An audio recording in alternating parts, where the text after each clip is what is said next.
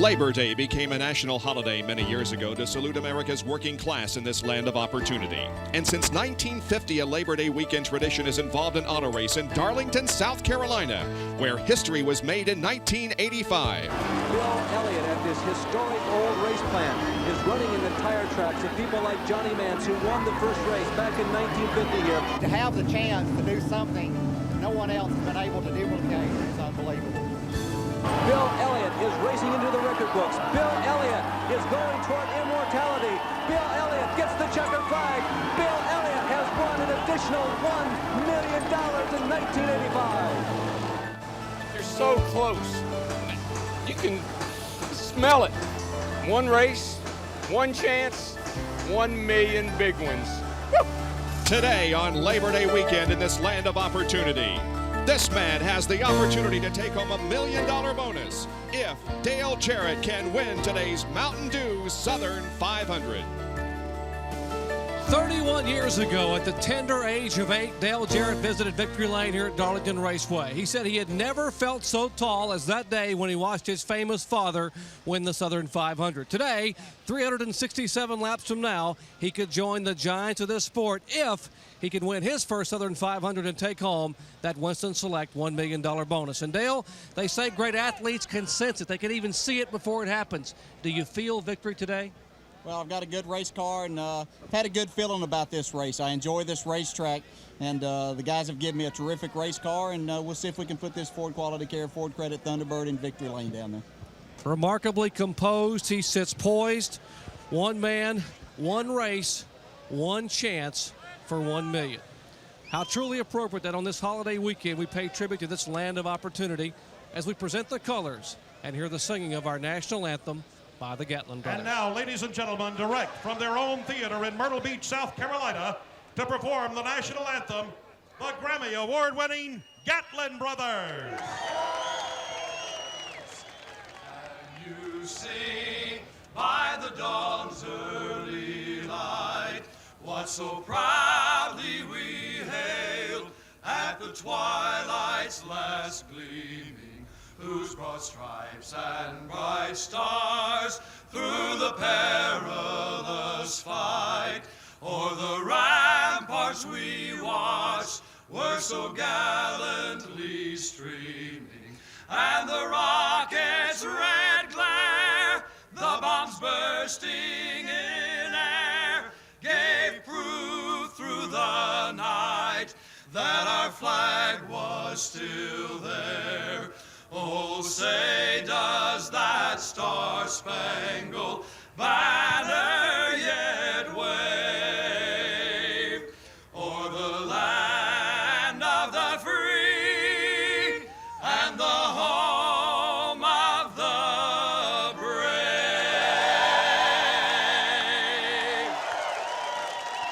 And now, ladies and gentlemen, with the most famous words in the world of motorsports, the command to start engines by the Grand Marshal, Wilson Rogers. Gentlemen, start your engine.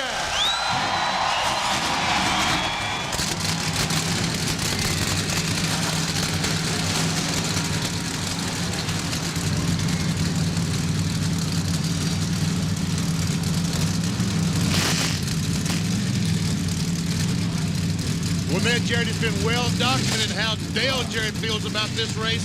As his father, how does his dad feel? Well, I tell you, Benny, I'm beginning to get nervous now. I don't know if you and Bob are going to be able to get anything out of me up here in the booth today, but we're going to do our best. I'll tell you, this is an exciting time. The weeks leading up to this and all the media hype and everything that's been going on, and for Dale Jarrett to get in that position, for the sport to offer him that opportunity to get in the position for all the attention he's gotten and the opportunity to go for $1 million is very, very exciting.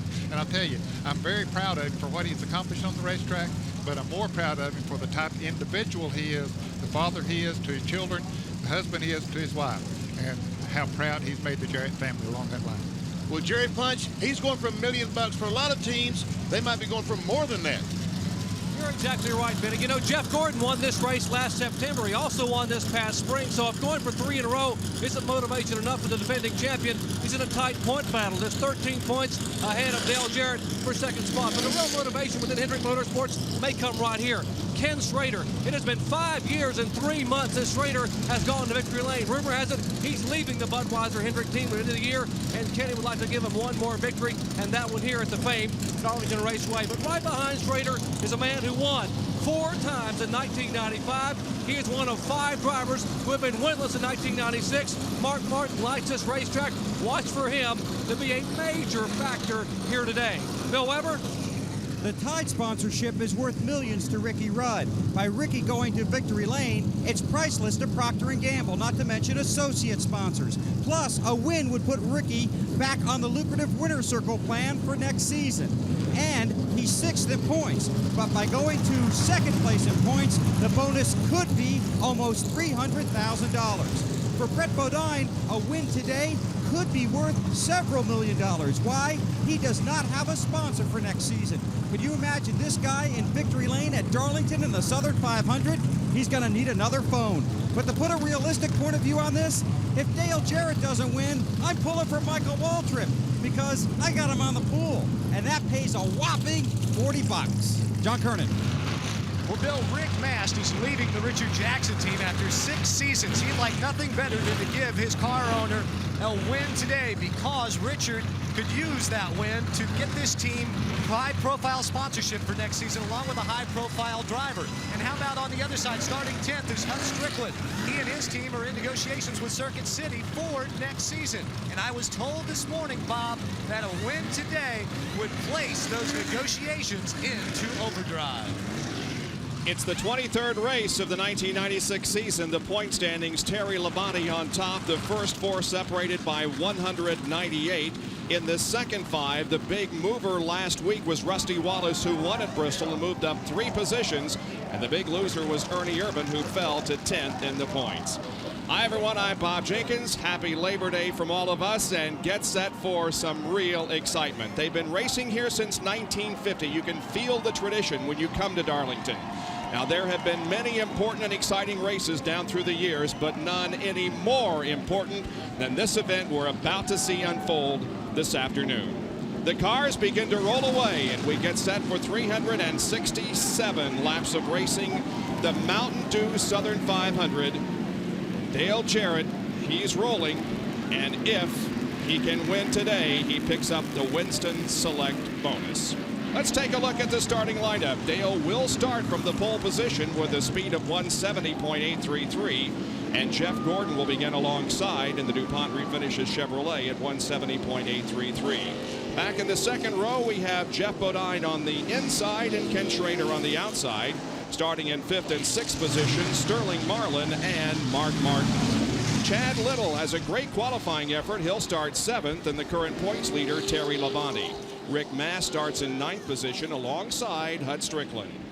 Going 11th will be Derek Cope and Dale Earnhardt. 13th starter is Ernie Irvin and Kenny Wallace. Then John Andretti and Todd Bodine. Take a look at the rest of the starting lineup, and gentlemen, it's time to settle this thing, and quite frankly, I'll be glad when this is over. I'm sure you will be too, Ned. Yes, I will, Bob. It's the Southern 500 is always an exciting race. It has been since it started way, way back, and to win here is so special as we look the rest of the starting field here because the track is so tough, as we heard so many drivers say. Unical bonus challenge is $76,000 for Dale Jarrett, so a lot of money is riding on this race. There, the remainder of the starting lineup for today's race. We're going to take a quick break before the green flag and the start of the Mountain Dew Southern 500. Stay with us.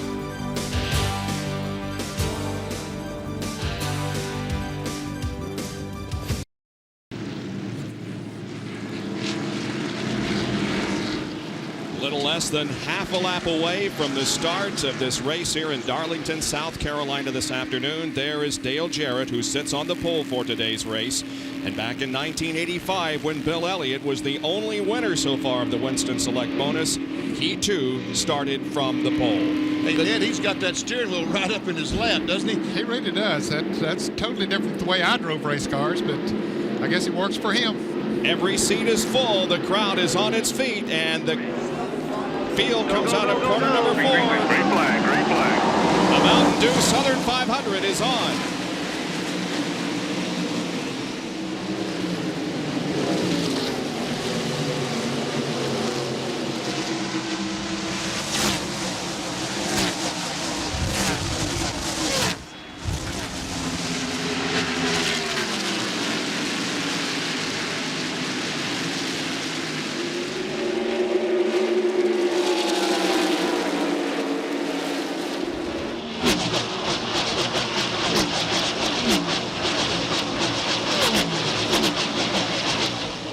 Jeff Bodine wanted to steal a little bit of the thunder from Dale Jarrett. He led the first lap, and that's the first time he has led in NASCAR Winston Cup competition since he won at Watkins Glen.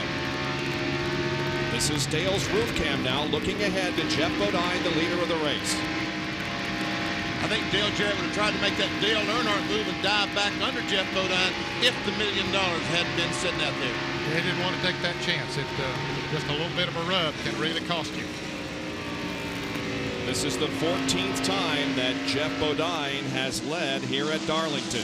Jeff Gordon is running in third position. And Chad Little in the 29 car, the cartoon car. Right on the back bumper, Sterling Marlin, and there we see the 8-car Circuit City coming, and Derek Cope alongside Rick Mass. And we watched Strickland here yesterday afternoon in the last practice. That car was absolutely flying. He was one of the best here. Derek Cope, Ernie Irvin, and Rick Mast also trail behind Hut Strickland. Cope looking to the inside of Hut Strickland. Will not make a move going into turn number 3, but Dale Jarrett might be trying to make a move here on Jeff Bodine. Not this time, and Jeff Gordon is also trying to make a move. He will sneak back into line going into 1. Well, each Jarrett and Gordon would like to get up there and lead a lap here early so they can get those 5 bonus points. Here's Derek Cope and Hut Strickland racing side by side. This is for 9th position. Cope has a run on it going into the turn. Whoa. There's Ernie Irvin. Hut Strickland normally would back off in that situation, but as we talked about, they need a victory. They need to run well. Hey, the lead. There we go. Jarrett takes the lead. Jeff Gordon follows coming into 2nd position. Remember, 5 bonus points only, however, if you lead at the line. Be smooth. Take care of it. Drive straight off that corner.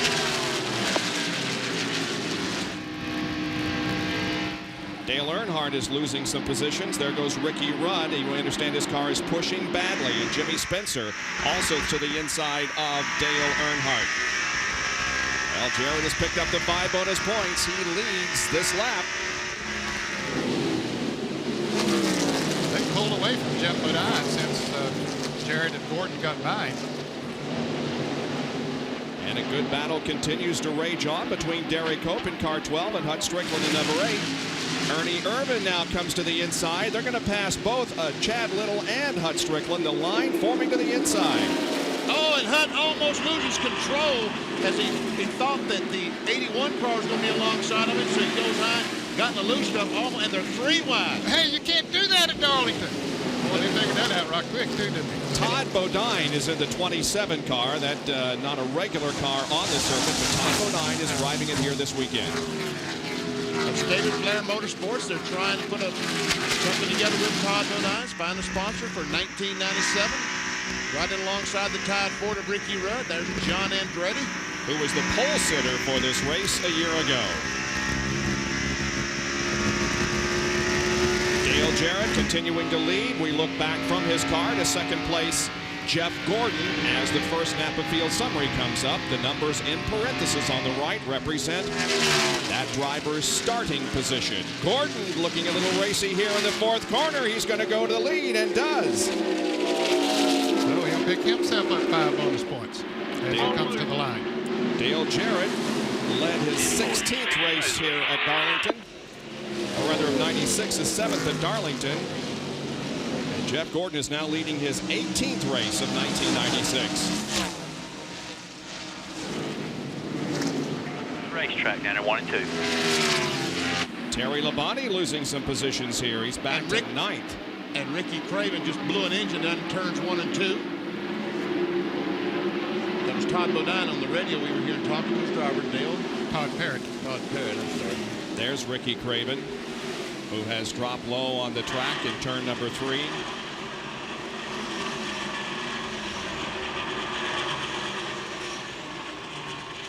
Ernie Irvin has moved around. Sterling Marlin coming off of turn 2.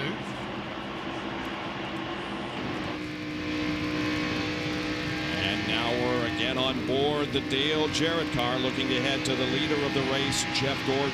10 of 367 laps have been completed. Jeff Bodine runs 3rd. Ken Schrader is 4th. Mark Martin 5th in the early going of the Mountain Dew Southern 500 from Darlington.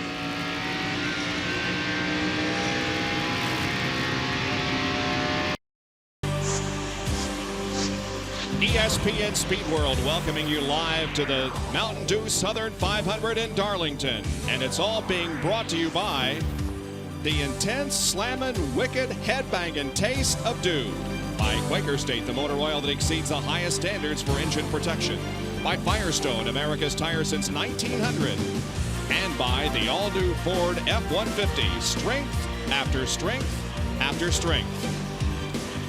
Still Jeff Gordon leading Dale Jarrett, going for the Winston Select Million is second. And here's some racing involving Kenny Wallace, Sterling Marlin, and Jimmy Spencer. It's Kenny up in the 11th spot. Spencer's moving up into 12th, and Sterling Marlin falling back into 13th. Sterling started in 5th position. So his car not handling too well right here to suit him. But the guy who has really been on the move is Ernie Irvin. Irvin started back in 13th. And he's all the way up to 3rd.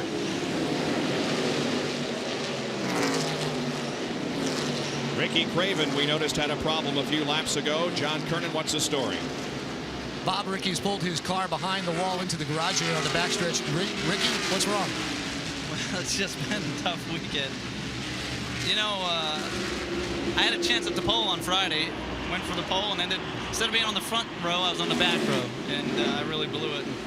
And then maybe 10 laps in the race, we busted the engine, and probably a big valve, maybe a burner piston. But I feel bad for these guys. They've done such a great job, and the engines have been great all season. But this is the worst way for the weekend to go. You know, I'd really rather run all day and show what we had rather than be out this early. Well, Ricky is sitting in the car. His crew is working underneath the hood, and we understand if it is a problem that they can't fix and go out and run on 7 cylinders, then they will get back out there and run for points, Bob. 1996 has been 2 seasons in 1 for Ricky Craven. His average finish before the Talladega crash, 9.5. After Talladega, 25th. And the battle here is for, what, 7th? The 7th spot. Mark Martin trying to get by Bodine. He makes it. And here comes Hud Strickland trying his best to get alongside, and he will get alongside Jeff Bodine. A lot of cars jammed up behind. Never see Ricky Rudd trying to get by. Riding on board with Ricky Rudd. As Bodine goes up, he just simply drives by on the inside. So Jeff Bodine, after being the early leader in this race, is dropping back. He's now in 10th position. Kenny Wallace and Jimmy Spencer are also breathing down his neck. Here's Bobby Hamilton moving to the inside of Jeremy Mayfield. And Morgan Shepherd comes along. Morgan put himself Way behind you now. Put himself back on the block for he had given himself a deadline of today, really to find sponsorship September 1st. And if he didn't do that to form his own team next year, then he would put himself back in position to drive for somebody else. So he told me this morning, said, I'm looking, said, put the word out. Oh, and we have a car in the wall. That's Loy Allen in car number 19, scraping the wall up in the first and second corners, and the caution comes out. Open. It hung for me a couple of more times before that. Not the pedal down here, the throttle hung. The accelerator I thought hung. somebody was pushing me in the rear. How about that? So Loy Allen coming to a stop at the end of the backstretch, and the first caution waves on lap 24. The pedal, though. Anything to do with the pedal. You didn't hit anything, did you? Oh, yeah, I hit something. Yes, he did. Barry was behind me pushing it, but the throttle hung wide open. Here's what he hit. It was the first and second turn wall.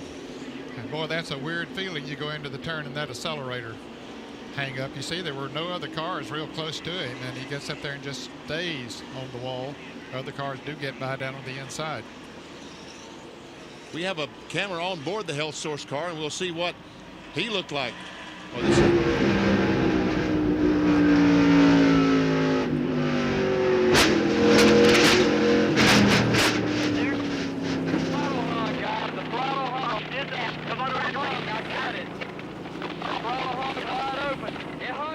Yeah, I would say he hit something. Here come the leaders, all those on the lead lap coming down for their first pit stop of the day, led by Allen.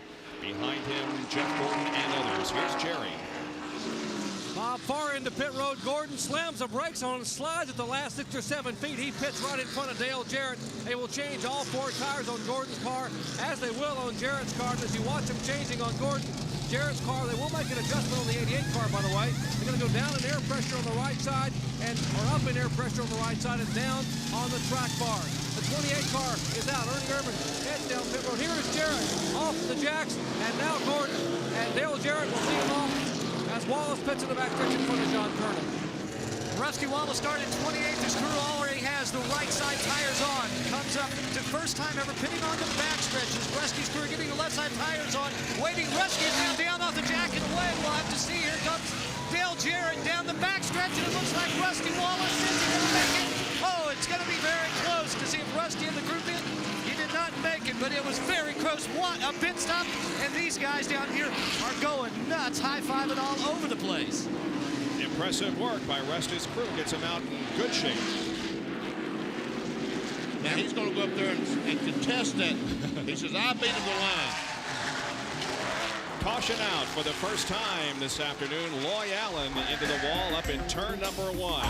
It's the Mountain Dew Southern 500 live at Darlington.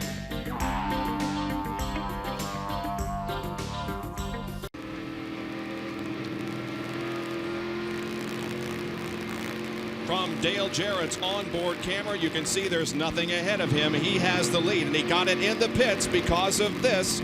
Jarrett with a 40.1 time off track, and Gordon with a 41.9. That got him out in the lead. Rusty Wallace with a tremendous pit stop on the backstretch, and Rusty lines up in second position as we go. Go.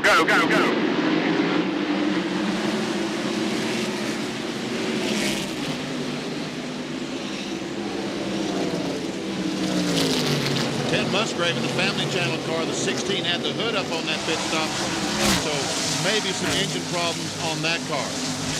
Harry Labonte must have had a good pit stop. He came out, he's running third.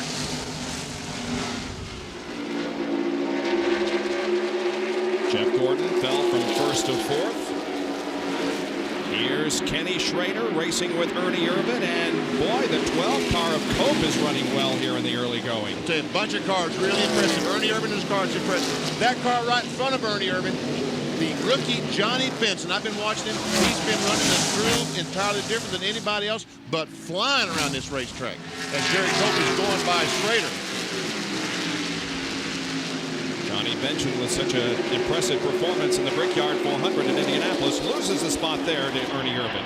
Ernie was gaining about 0.2 of a second a lap on Jeff Gordon, who was leading right before the caution came out. So that 28 car is flying today. Bobby Hamilton losing some positions. There's Kyle Petty to the inside, and Gary Bradbury in the 95 car. Rick Mast also back in this group of cars. Bobby Hamilton's hung up on the outside. Bradbury in the Shoney's car trying to get by, cannot clear the 43 car of Hamilton, so he will get back in the groove. Rusty Wallace closing to within a car length or two of Dale Jarrett now. He's really beating Jarrett off turn 4. Jarrett seems to have a little bit of an advantage, not so much this time off turn 2, but off turn 4, Rusty really gets a good run over there. Wallace started in 28th position and is already up to second. That was done not only on the track, but also in the pits. In the pit stop, he is pitting on the backstretch. We're all the time talking what a disadvantage it is on the backstretch. NASCAR, in trying to equalize or make the playing field level, they've started speeding up the pace car. Elmo, when he dropped the cars off on the front stretch, races around to the backstretch and dropped those guys off. A great pit stop they had, the Rusty Wallace crew had, moves him up into second spot. Johnny Benson and Ward Burton, and more from John Kernan. Talking to the crew, asked them where that 16.88 second pit stop came from, and they told me, hey, everybody says it's such a disadvantage pitting on the backstretch that we want to come out here and give Rusty sub-17-second pit stops all day long. If we do that, then we're going to win the backstretch, and we're going to show everybody that it is not impossible. Let's give another early call to Ward Burton here, who started 35th and has worked his way up to 8th. Great run by Ward Burton, who was involved in a rather scary crash here on Friday. And trying to take over 7th. Oh, boys, don't. Not this early. On the last lap, 30, 40 laps to go, that'd be a fine thing to do. There we see Ernie Irvin going by Jeff Gordon. Take over that 4th spot.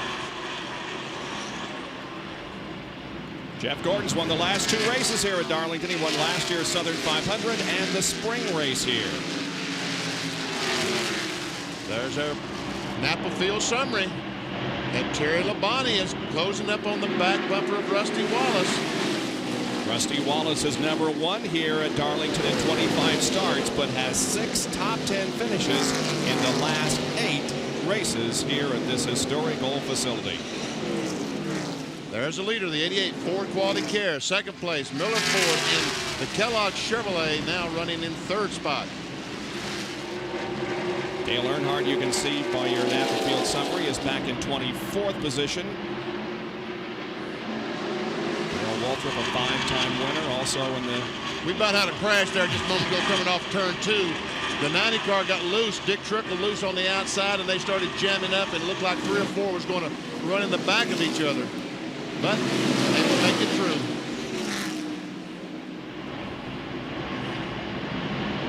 And there we see Trickle once again slow. Here it is. Watch this.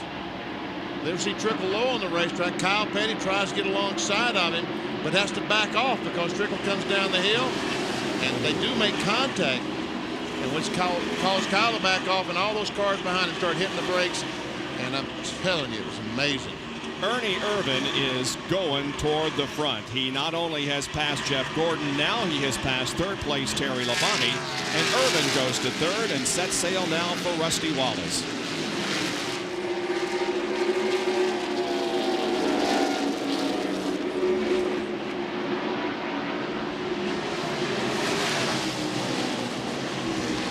There's the 12 car, and Jeff Burton in the 99 tried to get alongside Spencer, and Spencer didn't want any part of that.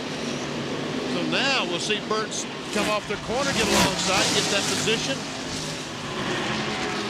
They're racing for 10th. Jimmy Spencer in 10th, followed by Jeff Burton and Ricky Rudd following closely.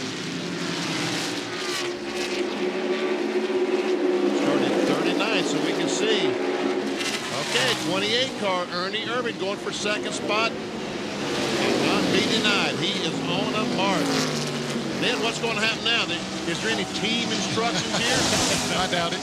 I think Ernie's going to try to run Jarrett down and take the lead. That's what he'll try to do. Jarrett was able to pull away from him while they were back there racing for 2nd place. He found a good groove coming off of turn 2 in particular, and was able to put some distance on Rusty, but now Ernie's up there. That's going to be a different story. So the 2 Robert Yates cars are 1st and 2nd here, with Jarrett leading and Irvin running in the 2nd spot. And it's a 1.32 second interval between 1st and 2nd. Since we came back to green from the first caution, Ernie Irvin has moved from 5th up to 2nd after starting this race in 13th. Jeff Burton, who was picking up positions just a few moments ago, now is off the pace. We understand it's an ignition problem. Well, that's too bad.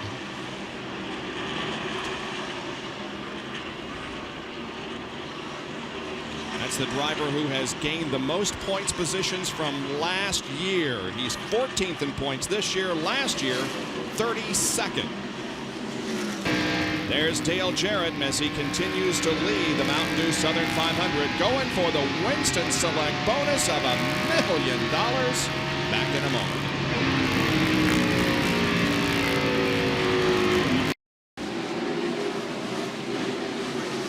Dale Jarrett leads the Mountain Dew Southern 500 from Darlington Raceway in Southern California. If he wins this race, he wins the Winston Select bonus. South Carolina, not I'm Southern sorry. California. Where are you? Is that what I said? Yeah. Oh, well. South Carolina, Darlington. Oh, he's in the wall! Jarrett is in the wall! I think Brett Bodine must have blown an engine. up in front All of right. him. Oh, no. I'm in the wall. He's coming down pit road. He's coming down pit road. Caution is out. The 33 cars also smacked the wall. Robert Presley. Somebody put the pole out or something. Yeah, Brett Bodine spun in front of him, the car number 11. Rusty Wallace got into the wall harder than Dale did. Yeah, Rusty's hurt pretty bad. I don't know about Dale. Here's Jerry. Dale Jarrett brings the Ford Thunderbird. The crew now going to work on the right side of the car. You can see their shoulders drop, their chins drop, and then suddenly they realize they had work to do. You can hear the crew now talking back and forth. They're scampering around trying to get a hammer to the right side to pull that right front fender away from the Quality Care Ford Thunderbird. Dale Jarrett. Car's in turn 4. Pace car in turn 4. That's Todd Parrott talking to his driver so all the crew can hear. Two tires. Only saying 2 right side tires. Towed out bad. Right front's towed out real bad. Okay, that's Brad Parrott talking to his brother Todd Parrott, who's the crew chief and just had knee surgery and could not get off the pit box. Jarrett's still on the lead lap. He exits pit road, and Rusty Wallace limps into the backstretch pits. He was also heavily involved. Car number 28 heavily involved. He hit the wall as Jeff Gordon is in the pits. Jeff Gordon getting his pit work done in the car number 24. They will change right side tires. Gordon has a problem with the car being too tight. They made an adjustment in the right rear on that first stop, and Jeff said it actually made it worse. The car would not turn. That's why he could not go back toward the front. They will make another slight air pressure adjustment, change 4 tires, and send him on his way. Rusty Wallace is in, the crew looking over the damage. There's a lot of damage on the right side. In fact, as soon as Rusty got it into the pits, in fact, he shut the motor off. Rusty is taking his helmet off. These guys thought they would have a chance. They were set up for long green flag runs. That's why you saw Rusty drop back just a little bit. And Dale Jarrett is back in. Let's go to Dr. Jerry Punch. They plan on putting left side tires on it, and Todd Parrott just couldn't wait. He is off the pit box and now getting ready to climb over the wall. He had surgery last Sunday on his knee, and now he limps over the wall. And they will send him out and come back in. Let's check in with Bill Weber in the Ernie Irvin pit. And Ernie missed his pit last lap. He went by it, went around the track again, and now pulls into the Texaco Haviland pit. They were going to change just right side tires. We'll have to see if this changes their strategy. They're pulling away sheet metal on the right front of the car. Larry McReynolds is out there, along with Joey Knuckles, working on the right front, putting the right rear tire on, have not come around to the left side. McReynolds still working on the 28. Rusty's with John on the backstretch. Rusty, we saw a lot of cars just get up and hit the wall. What happened? Did somebody put some oil down or something? Yeah, 88 to 5, myself, and 28 come all through there. Man, well, all 4 of us hit something and into the wall. It looks like the 11 car might have dropped some oil or something. What a smoking pit stop that first time. Did you have time to catch your breath with that stop? We were ready for him. You know, we got here in the back straight away, and we just paid a lot of attention. The guys did a great job. Real proud of them. Nothing we can do there, just oil it over the track. That was it.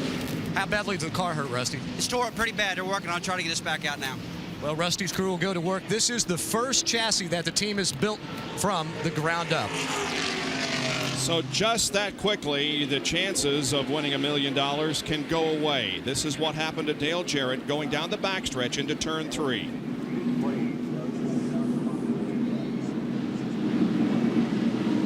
See, it just shoots up into the wall. He hit some oil or something. Made it very slick. He was not expecting that going to the turn, and up into the wall he went. And of course others did as well.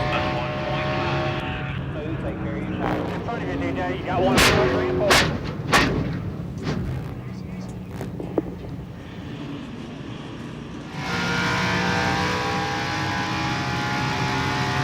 That's 1.5. Take care of your tires. In front of you, DJ. You got 1, 2, 3, and 4.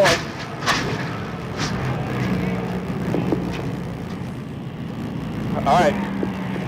You could see him break the wheel, but it did no good as the car did come in rather hard contact with the wall up in turn 3.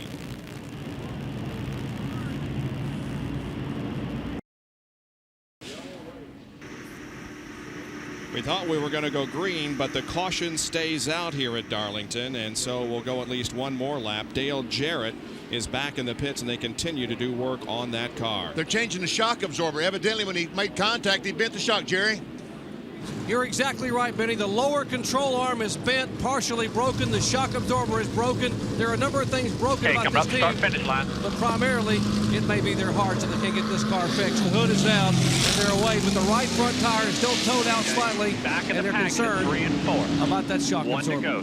Green next time by, guys. Dale is still on the lead lap, but certainly this has caused a major concern as to whether or not he can win the $1 million. 34th position is being shown now on the scoreboard. 34 cars on the lead lap. Ernie Irvin comes back down pit road one more time, so Ernie will go back to 34th. Jarrett will move up to 33rd because they're working on the alignment on Ernie's car as well. Apparently the toe end was knocked out on his car. How about it, Bill Weber? That's exactly what they're doing, Ned. They're going to check the toe in on the right side. They've changed the left side tires on a previous stop, so they've got 4 new tires on there, topping it off with fuel. Larry McReynolds talks to his driver, and Ernie heads back out. The 33 car of Presley, the 12 of Cope, also in the wall, in addition to Jarrett, Irvin, and Wallace. Boy, Terry Labonte, the points leader's got a tough break. I don't know what exactly has happened, but he evidently is going to the end of the longest line or something, because he is going to completely the rear of the field. Jerry Bunch? He's being penalized, Benny. NASCAR said he used an extra air gun during that pit stop. You're only allowed 1 air gun if you have a problem. Then you can use an extra one, but you have to go to the end of the longest line. That's why Terry Labonte is back at the back of the field. Meanwhile, Dale Jarrett is back in the pits, and he probably will lose a lap if they come by and need to lose a lap. They're trying to get that shock absorber off, so now he goes 1 lap down. Yes, indeed. Jarrett loses a lap as the field gets the green flag, and Jimmy Spencer is up front with Ken Schrader running in second position. Mark Martin is third, Ricky Rudd fourth, and Bobby Hillen is fifth. You know, Brett Bodine, we talked about the 11 car losing some fluid. Brett Bodine is still on the racetrack in the Lowe's Ford, and our pit reporter's been checking out, and we can't find out anybody that's lost the fluid. Now, Brett did spin up there. He's being shown 1 lap down now. There's a battle for second place. Kenny Schrader drifts high. Here comes Mark Martin on the inside. That's the leader. Jimmy Spencer right in front. Schrader and Martin are wheel-to-wheel down the backstretch. Into turn 3, Kenny has the high line, and Martin slips up into the middle of the racetrack, and so does Ricky Rudd. Schrader maintains second. And something's wrong with Spencer. Schrader just blows right on by and takes the lead. Looks like Spencer's car, yeah, it's definitely off the pace. Mark Martin on the inside. We got a spin. Up in turn 1. Michael Waltrip and Ward Burton both bang into the wall. And Ward Burton was having a tremendous race after starting in the rear of the field, but his car is damaged, and so is Michael Waltrip's. Yeah, Michael's tires are going north and south. One's going south, one's going north. And for Ward Burton, that's 2 cars this weekend. That's a little bit of help for Dale Jarrett. He's able to save at least 1 lap as he gets back on the racetrack. He's 3 down now. 3 laps down. Dale going back out onto the racetrack during this, our 3rd caution of the afternoon, and it's only lap 56 of 367 in the Darlington Southern 500.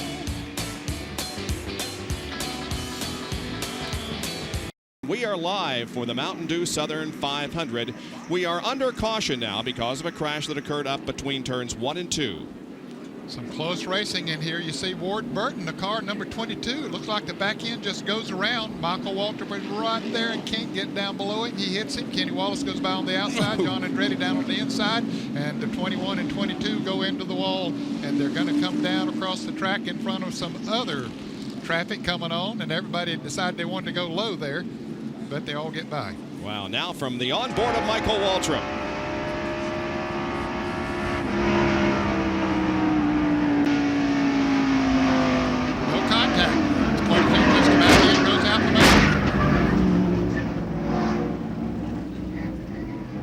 That's the 2nd time that Ward has crashed. This is what happened on Friday during qualifying.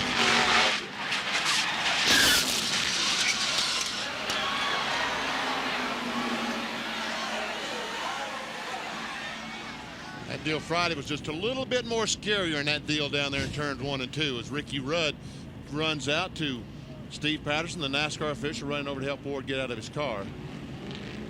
So a tough weekend for Ward Burton. Here it is from our speed shot.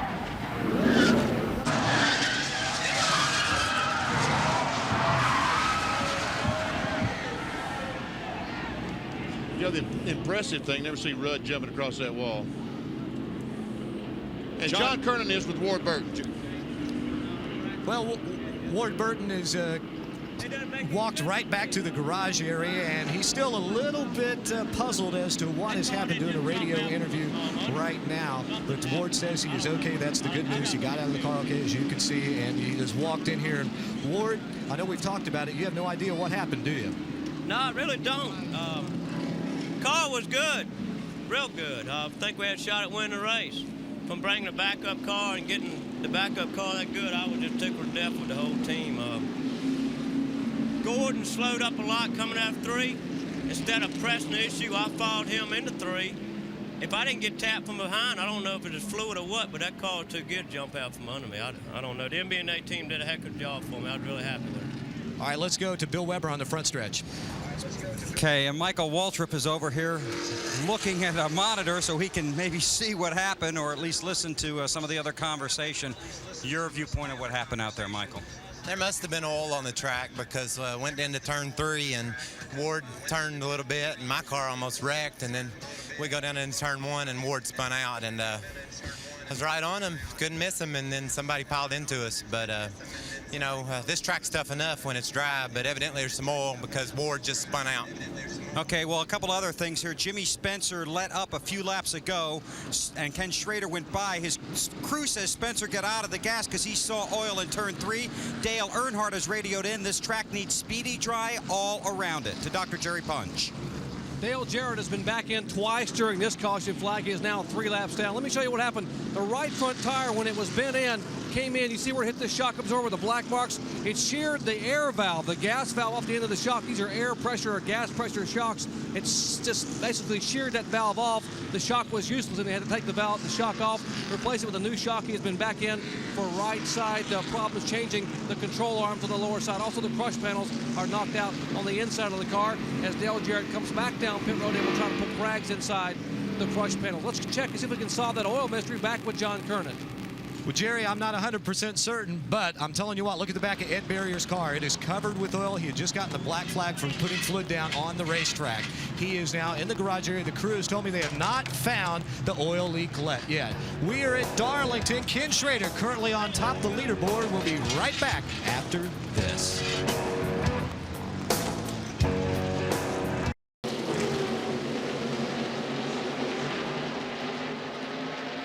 Less than half a lap completed under green as we rejoin you for the Mountain Dew Southern 500. Ken Schrader is at the front of the field. There's Jimmy Spencer running in second spot. Musgrave is a lap car.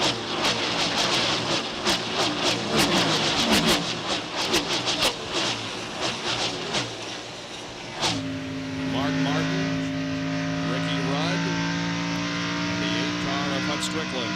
And look at Spencer come up on the back bumper off Schrader. We thought something happened to him there before the caution, but I think he just backed off. He thought he saw some oil, backed off, and just now blown by. Here comes Ted Musgrave by. Now, whatever problem Ted Musgrave has been fixed because these surfaces. He's 14 laps down. Here comes Jeff Gordon on the inside, Hut Strickland in the middle, and Jeff Gordon goes on the apron of the racetrack. It is not easy to keep control of a car down at that angle, but Jeff Gordon did. That's Bobby Hillen directly in front of Jeff Gordon. Here we go. There's Jeff Burton. We saw him a moment ago drift in the pit, so he must be several laps down. He's 18 laps down, the 99 car of Jeff Burton.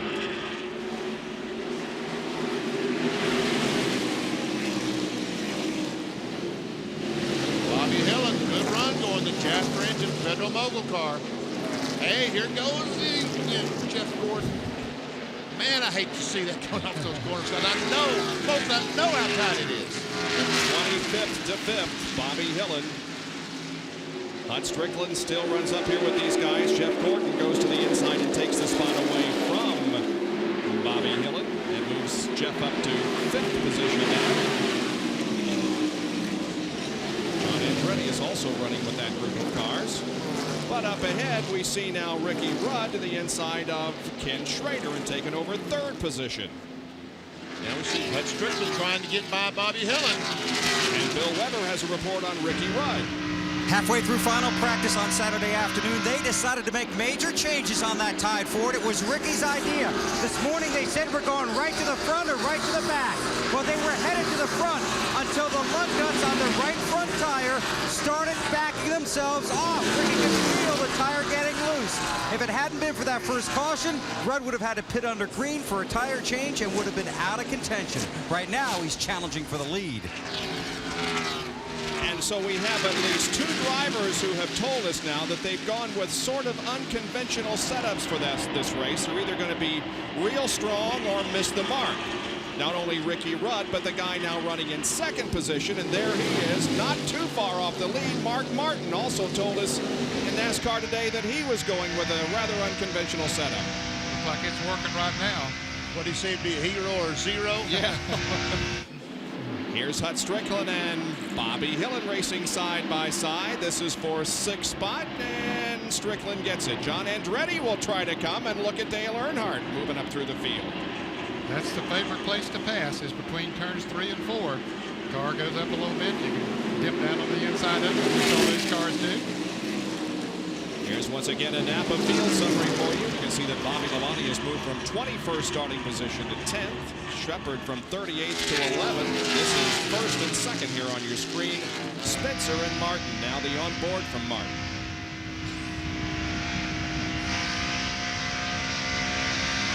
Boy, is he coming off turn 4 strong or what?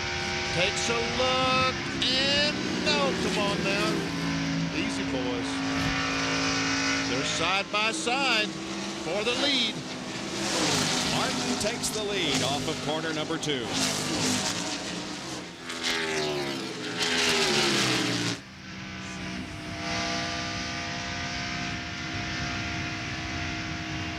the last 6 races, Mark Martin has an average finish of 4th.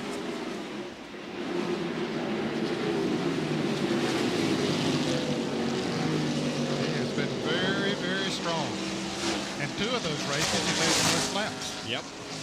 He won the Mountain Dew Southern 500 back in 1993. Now right now, since Mark has taken the lead, he probably will coast. You put that car in neutral and coast and just stay in front of Jimmy Spencer, because tires are a problem. That left front wears out in about 50 laps if you really push it. Battle for 3rd spot. Yep. Looks like Jeff Gordon has got some of his pushing problems out of the way. It's running much better now than it did before the caution. And look at this group of cars running behind Jeff Gordon. Now Schrader, Strickland, Andretti, and Earnhardt. And Earnhardt had fallen back to about 25th on that first run, and now up in, we can see in the 8th spot. So obviously David Smith, Bobby Hutchins made some serious changes on that car during pit stop.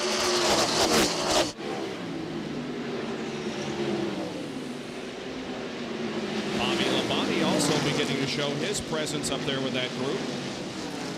Now Strickland inside of Schrader off the 2nd corner. Andretti looks to the inside. Gets a run. Yeah. And had to back off just momentarily there. That caution. Here comes Earnhardt. That on the inside as well. See Bobby Labonte, no, he's not going to be able to make it. He was too far back. I mean, those cars running just inches apart.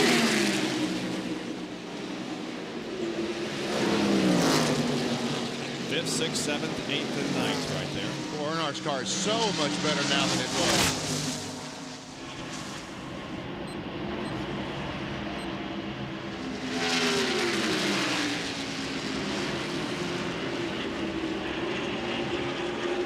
Bill has an update on Dale Earnhardt, who started 12th and now runs 7th. Bill?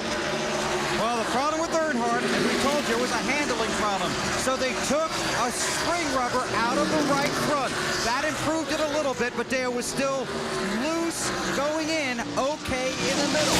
So on the last pit stop, they put on 4 tires, made a chassis adjustment, and now the car much better than it was. Same car he had here in the spring, they struggled then too. Hut Strickland just went around Earnhardt, so Dale's car not perfect, but better. To Jerry Punch with something on Mark Martin. Hey, Bill, just the opposite scenario with Mark Martin. When the race began, Martin's car was junk. It was so loose he couldn't drive it, skating all over the place. On their last pit stop, they made a huge adjustment. 4 rounds of bite, not a half a round or 1 round, but 4 rounds of bite in the car, and took a rubber out of the right rear. Now Mark in the car is absolutely perfect. It looks like it, because Mark Martin is the leader of this race over Jimmy Spencer and Jeff Gordon. Dale Jarrett, going for the $1 million bonus, is back in 32nd position, 3 laps down.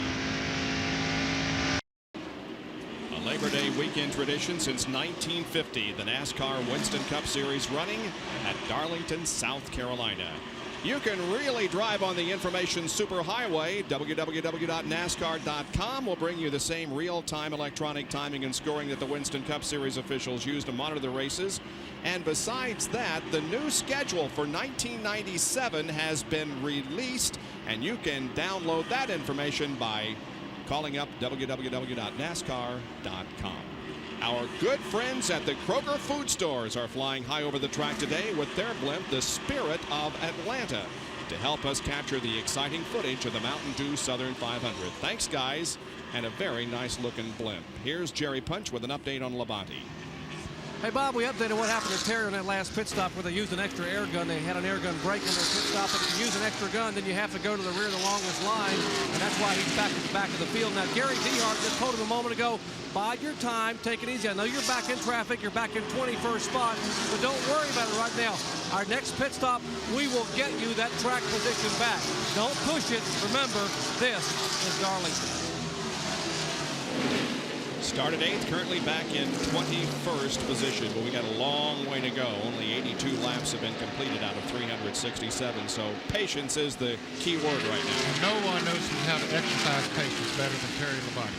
He is so good at that. He's so smooth. Here he is now passing Kyle Petty up on the outside. That'll move him up to 20th position. Derek Cope, who ran so well early in the Badcock car, I guess scraped the wall when all the other cars, Dale Jarrett and Rusty Wallace, hit the wall because he's been in the garage area and just now came back out on the racetrack. There he is, down low. Tough break for Derek Cope. Yeah, the 5 cars that we have that hit the wall were Jarrett, Robert Preston, Derek Cope, Ernie Irvin, and Rusty Wallace. There you see Terry Labonte running in front of $1 million Bill Elliott, the guy who was the only one so far to accomplish this $1 million feat here at Darlington. Bill Elliott currently running back in about 20th position. Mark Martin is still currently the leader. Unfortunately, Dale Jarrett is 3 laps behind because of his contact with the wall. He had to come in and get some repairs made to the car, and he's back in 32nd position. Not an easy task to come from 3 laps down here. It's not impossible, but quite a challenge. Yes, it's quite a challenge, no doubt about it. I think he figures his chances of winning the race are practically nil. He goes around Jeff Bodine up there in the turn, but what he's concentrating on now is just trying to get a decent finish out of it. There's our leader, Mark Martin. The Valvoline Ford just drives by Presley. There we see his teammate Musgrave, the Family Channel Prime Star car. And our second place vehicle, both those cars are laps down right behind Mark Martin. Yeah. Jimmy Spencer still is, there he comes, the second place vehicle. Ted Musgrave is 14 laps down in 34th place, and Robert Presley is being shown 7 laps down. You can see where everybody's running in your Napa Field summary here, and here is Gordon and Ricky Rudd. And this is the 3rd place battle. And while we were away on break, Gordon was able to get around Ricky Rudd, but he hasn't been able to get away from him. Michael Walker, the Citgo car, is now back on the racetrack after repairing the damages he had involved in a turn 1 crash with Ward Burton. Remember, he's showing 31 laps down, Benny.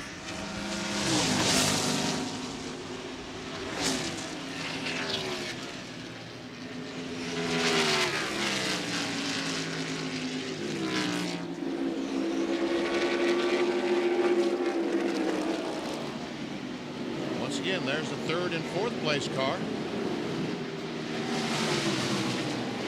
Now let's go back and check out the 6th and 7th place cars. John Andretti just went through a frame. He is the 5th place car. There's 6th and 7th. Earnhardt and Schrader, and also Bobby Labonte. Sterling Marlin not far behind them.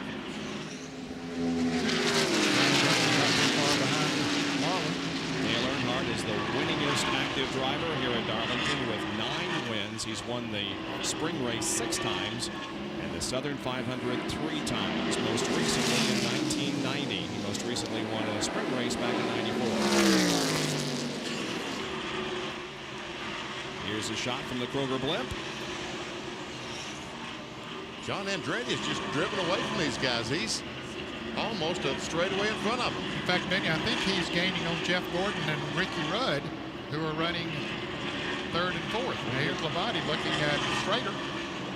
Making an easy pass. I asked Bobby Labonte the other night how he felt like seeing himself on TV kicking the side of his car. He said it's funny now, but it wasn't very funny at the time. And he wasn't mad at anybody in particular, I guess, at least any driver, but he's mad at himself for the way things have gone. He was mad at circumstances and things that caused him to be involved in an accident when his car was running pretty well. Yep.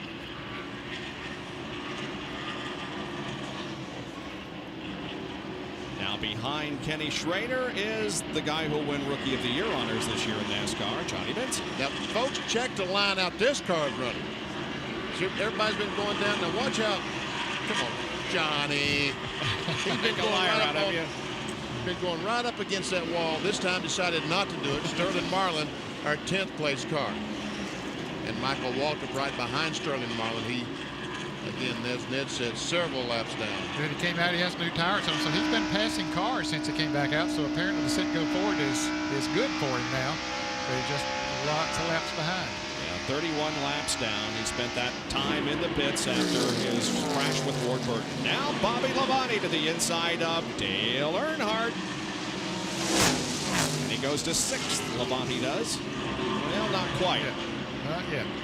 Now he's getting, but let's see that Earnhardt move. Let's see if he does that this time. Car slides up. Earnhardt trying to get the inside. Nope, didn't do it. In fact, Schrader gets the advantage. Yeah, Schrader's the one that made the Earnhardt move, didn't he?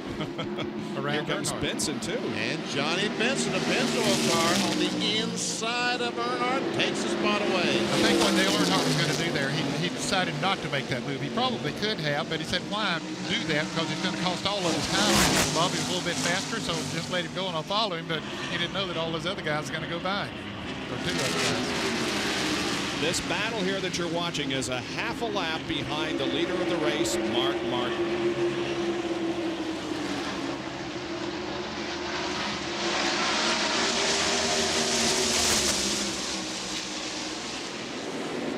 There's Schrader and the others.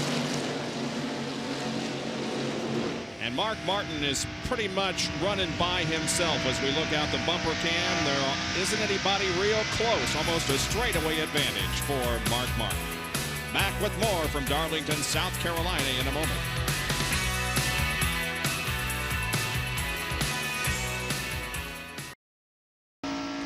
Welcome back to Darlington, South Carolina, the Mountain Dew Southern 500. ESPN presents the Sunday night baseball game of the week tonight at 8 o'clock Eastern Time. The LA Dodgers and the Philadelphia Phillies.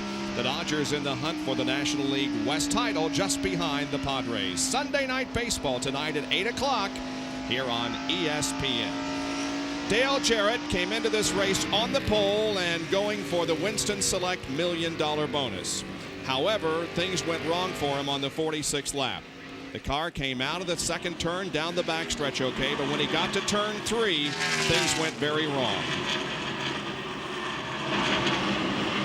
Goes in the corner. There's fluid on the racetrack. Other cars are spun. That's Brett Bodine's smoke as he's spinning. And Dale Jarrett collected the wall. All the repairs that they've attempted on the car has taken 3 laps. That's right now how far behind the leader Dale Jarrett is running. 3 laps down to Mark Martin. In 32nd position. But unfortunately, that's not the bad part. If he was faster than Mark Martin, he might have a chance. But right now, he is not fast enough to get those laps back.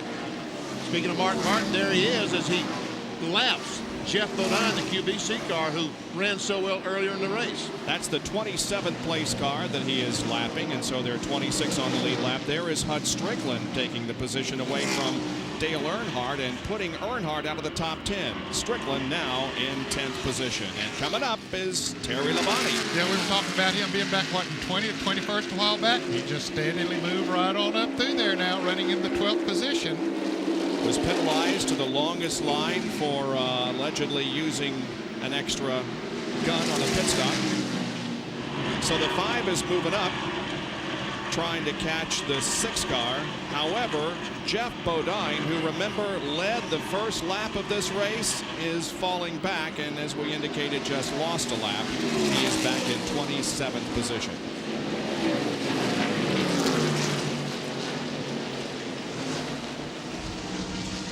Tell you what, I don't know what Mark Deal those guys decided to do this morning, but whatever it was, it worked. Mark Martin has 5 straight top 5 finishes. And another guy who has come on, especially in the second half of the season, is Jimmy Spencer. Look at this incredible statistic from 23rd to 12th in the point standings in the last 12 races. He currently runs second. About 2 seconds behind Mark Martin, so that's not bad. So that means Jimmy's doing very, very well. They're pulling away from Ricky Rudd, has gotten around Jeff Gordon now and has moved up to 3rd. So they're still pulling away from them a little bit.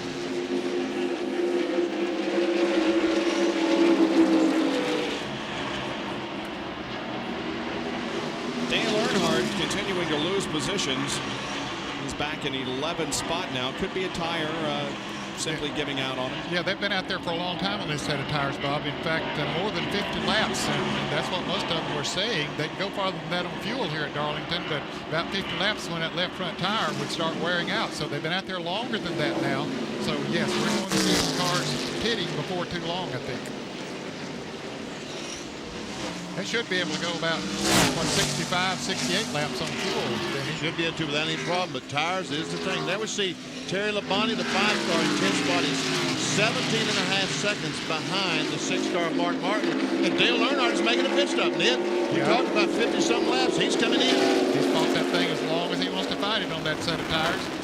So he brings her down pit road. The Goodrich team will be ready for it. And Bill Weber's going to be ready for it too, Bill. It's been a handling battle for Dale Earnhardt most of the day. This should be a 4-tire change. Go around to the right side, yank off the right front and the right rear. Fuel going in. They push away the used tires. Now come around to the left-hand side. Same car Earnhardt ran here in the spring. They had a terrible handling car that day. They thought they had a good one today, but it hasn't worked out quite as well as they had hoped.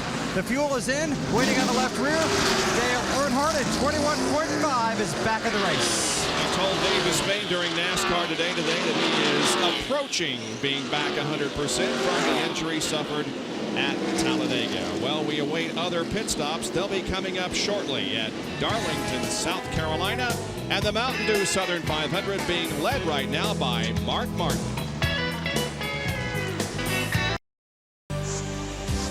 ESPN Speed World live today at Darlington, South Carolina for the Mountain Dew Southern 500. Being brought to you by Daytona USA, the ultimate motorsports attraction. By Pontiac and your local Pontiac dealer, we are driving excitement. And by Sears Tire and Auto Centers. Pit stops being made. Jeff Gordon is finding his pit stop, and here's Jerry Punch. Scheduled pit stop for the defending Winston Cup champion should be routine. They want to try to improve on that first pit stop. They were not happy campers at all when they got beat out on the pits by half a dozen cars. Right side tires already having gone on. Left side tires pretty routine. Slight air pressure adjustment on Jeff Gordon's car. Left side now proper to left rear. They finally get it on. They're holding. All the runs up to fasten. He is down and away. 23 seconds, even about 4 seconds slower than they would like to have had. And we're waiting for our leader, Mark Martin, to make an entry on pit road. Let's go to Benny Carson. And Jeff Gordon, a moment ago when he came in, watch as he comes down to the end of the line. He has to slow that car down because NASCAR starts timing for the speed at the end of pit road.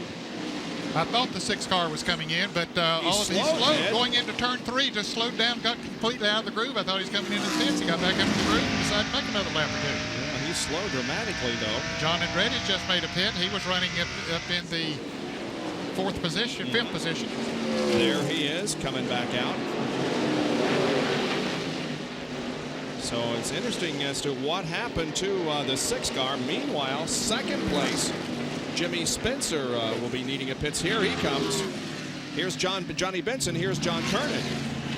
It'll be a 4-tire change for Johnny Benson. This crew is working really hard to make sure that they have a good day out here on the backstretch, so they want no mistakes on this pit stop.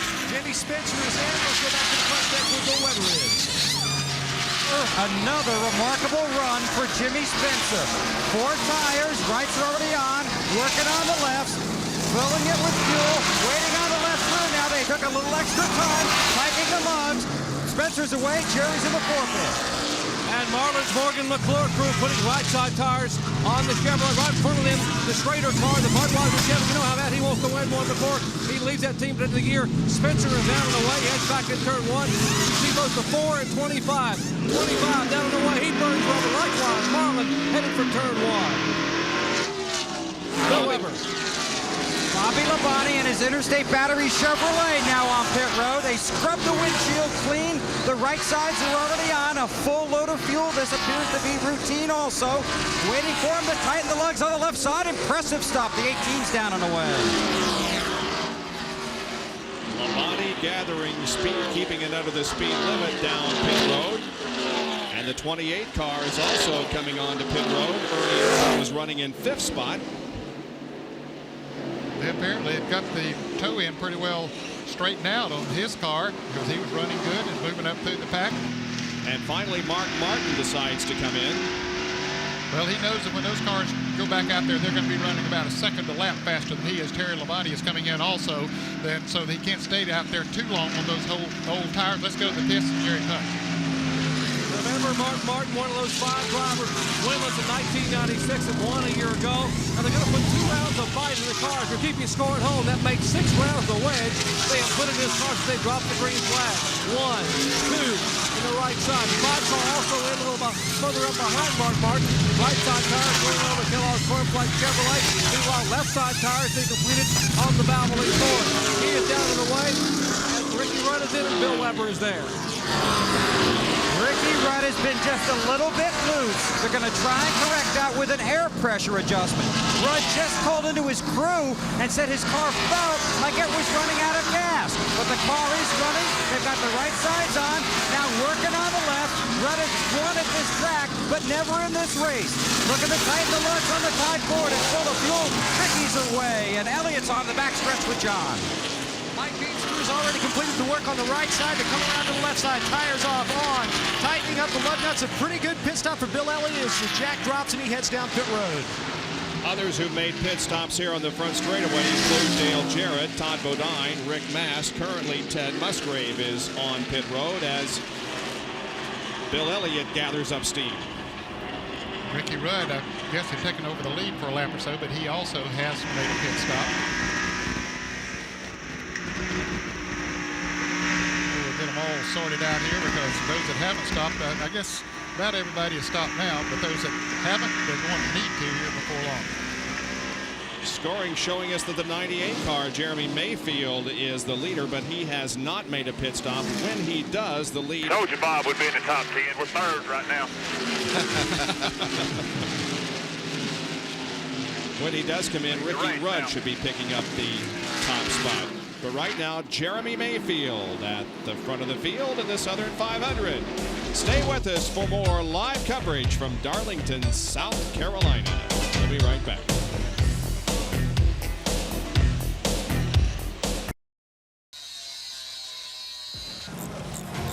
Track Facts are brought to you by Quaker State, the motor oil that exceeds the highest standards of engine protection. Here's Bill Weber.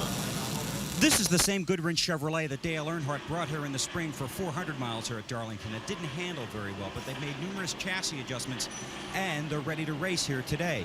Now, in order to help their chassis adjustments during the day, they put a spring rubber here on the right rear. This is Rick Vyers. Rick, how does that spring rubber work, and what does it do for you? Well, if it gets loose during the day, during the pit stop, we can pull the spring rubber out. And if it gets tight during the race and we have to go back with it, it's a little bit harder. but we can get it back in. Now you have to remember that spring rubber is extremely hot. In fact, they had a crew member, Gene Dehart, burn his hand removing one of those spring rubbers at a race a few weeks ago. You want that spring rubber easily accessible because you don't want to lose any time on pit road. That, of course, was taped earlier. Right now, Dale Earnhardt is running in 8th position. The leader of the race is Jimmy Spencer. Now, Mayfield did make a pit stop, but the lead went not to Ricky Rudd, but to Jimmy Spencer.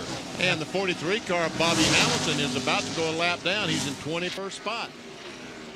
Spencer was one of the first of the leaders to pit, so he got out there and he's running about a second a lap faster than Mark Martin and some of the others, and so he made up some time, made a good pit stop, and then made up some time on the racetrack too.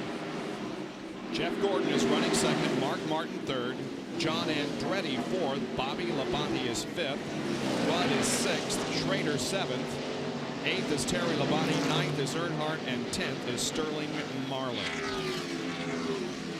Let's look for the 6 car. There we saw Jeff Gordon. Here's third place, Mark Martin.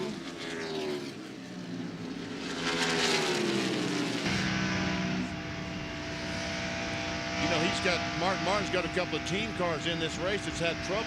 The 99 car of Jeff Burton, the 16 of Ted Musgrave, and I wondered if the problems might have been related. Jerry Punch checked on it with Jack Roush, and the 99 car had a fuel pump, a pin and a fuel pump come out. The 16 car had an ignition problem, so not related. Mark ought to be breathing a little bit of sigh of relief. Here comes the 37 car of John Andretti. He's running now in 5th position. Now Andretti has already announced that he's going to be going to the Cale Yarborough 98 car next year for RCA. And this coming week we understand that Mayfield is going to be announcing his plans for 97. Never seen. And Andretti just moves over and lets a 10 car go by, which is probably smart, but looked like he had a problem. Now, Bill Weber, you mentioned to us during his pit stop that Rudd was thinking the car was running out of fuel. Do you still have those problems? They're still talking it over. They think they have a fuel pickup problem. He continues to talk to Danny Marshburn and Richard Broom and the crew down here.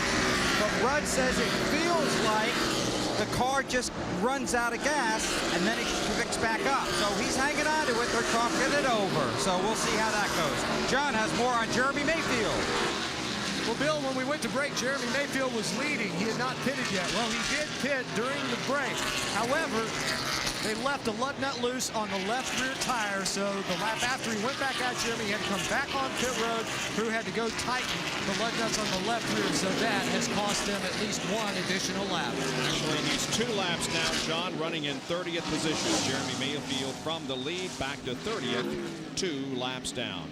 Our interval leaderboard showing you that the difference between 1st and 7th is 9.5 seconds. And Terry Labonte won about 30-40 laps ago. We checked that was 14.5 seconds. So he has gained about 5 seconds. Jimmy Spencer has only finished lower than 12th in the last 4 races. He's having a great run. And of course, his crew chief, Donnie Wingo, was chosen as the mechanic of the race last year, the Western Auto mechanic of the race last week at Bristol.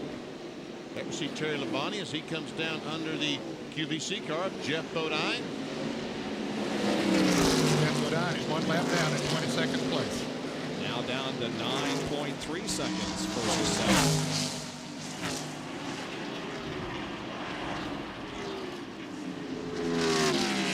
Terry Labonte with a win in the Southern 500 back in 1980. He started 8th, currently 7th. He has been the leader, and his lowest position so far has been a 31st. How about his teammate, Ken Schrader? There he is, running beside Wally Donovan. It's the 8th place car.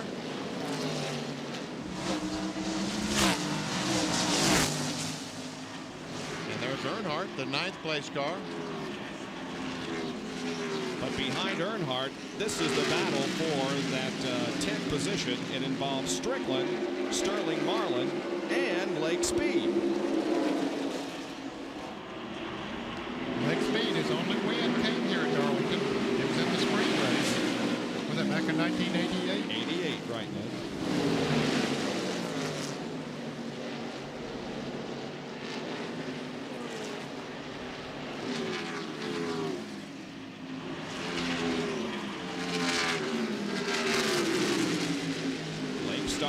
in the back of the field also and has worked up to 11, started 37th. Blake's had some good runs recently. He's had some terrific runs.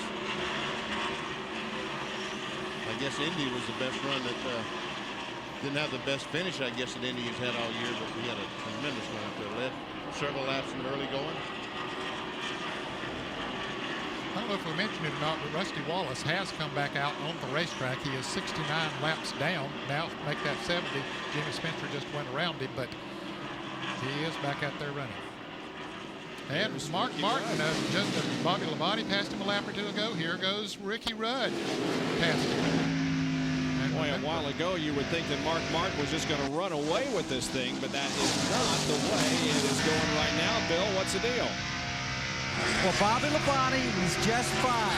His crew just told him, you race the racetrack, you're plenty fast enough to win. Well, we'll find out about Mark Martin because he has fallen back to 5th position. Jerry, what's the story? Well, Bob, remarkably, I told you they put 4 rounds of idle in their first pit stop, and it helped the car that was a little bit loose. Well, now they've added 2 rounds of idle in that pit stop a moment ago, a total of 6 so far. And Mark says, guess what? The car is still so loose, I can't ride it. Well, he just lost another position. John Andretti went to 5th, and now Terry Labonte challenges him for 6th. Yeah, Labonte will get him here pretty quickly. It's unbelievable how quickly the chassis just seemed to go away on the car. Yeah. He moves over and lets Terry Labonte go.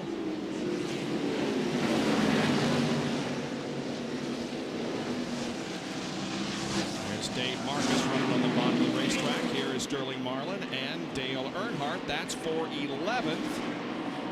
And Dale Earnhardt goes back to 12th. There are 19 cars still being shown on the lead lap. Look at our field summary. 11th and 12th just changed positions a second ago, so it isn't reflected right there. There are the 19 cars on the lead lap. Bobby Hamilton 1 lap down in 20th.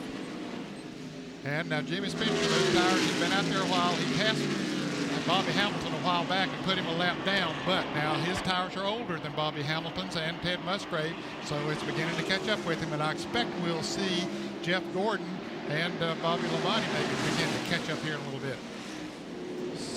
Yes, indeed. So that puts Hamilton back on the lead lap. So that makes 20 cars on the lead lap now. And Musgrave is only 13 laps down. Bobby Labonte, the 18th car, 3rd place. Since the last restart, look at the progress of Bobby Labonte. He was on lap 63. He was 10th then. He's now moved to 3rd after a 21st place start. He is 3 seconds behind Jimmy Spencer right now, but gaining. And the 12 car is slowing. He's had problems, was involved in that incident earlier in the day. Yeah. Pay attention. He just came out of the pits. That's what he's doing on the 8th of the racetrack. See, you watch the racetrack, I watch the monitor. I can only see what the picture's showing. I see. Anyway, he did make a pit stop. Yeah, all right. Did Derek Cope.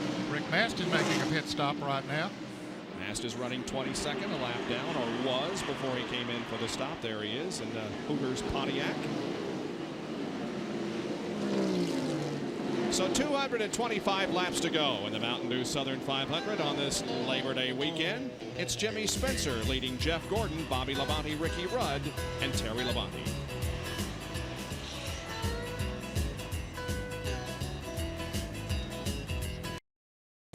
When you come to Darlington Raceway here in South Carolina, you're going to find a lot of improvements and a lot of landscaping that has happened in the past few months, and it's going to continue. Now, the same people who landscaped Kiowa Island for the Ryder Cup have been here, and you can see the beautiful flowers and the palmetto trees that have been planted. All this makes for a very fan-friendly facility. And all those beautiful South Carolinians. Hi, folks. They're from everywhere. There they are. Basking in a beautiful sunshine here in the Mountain Dew Southern 500, a race that Dale Jarrett had hoped to win and take home the Winston Select Million. Unfortunately, Dale had an incident with the wall, hit some oil up into the fence, and it has put him 3 laps down. Here's Jerry Punch. Let's check in with Todd Perry on top of the truck here. Todd talking to his driver. Todd, Give us a damage report on the car. Is it back close to 100%? Well, Jerry, you know, right there at the first, hit the wall, bent the right front lower control arm. So we put about 6 rounds in it to make up for the frame heights that it lost.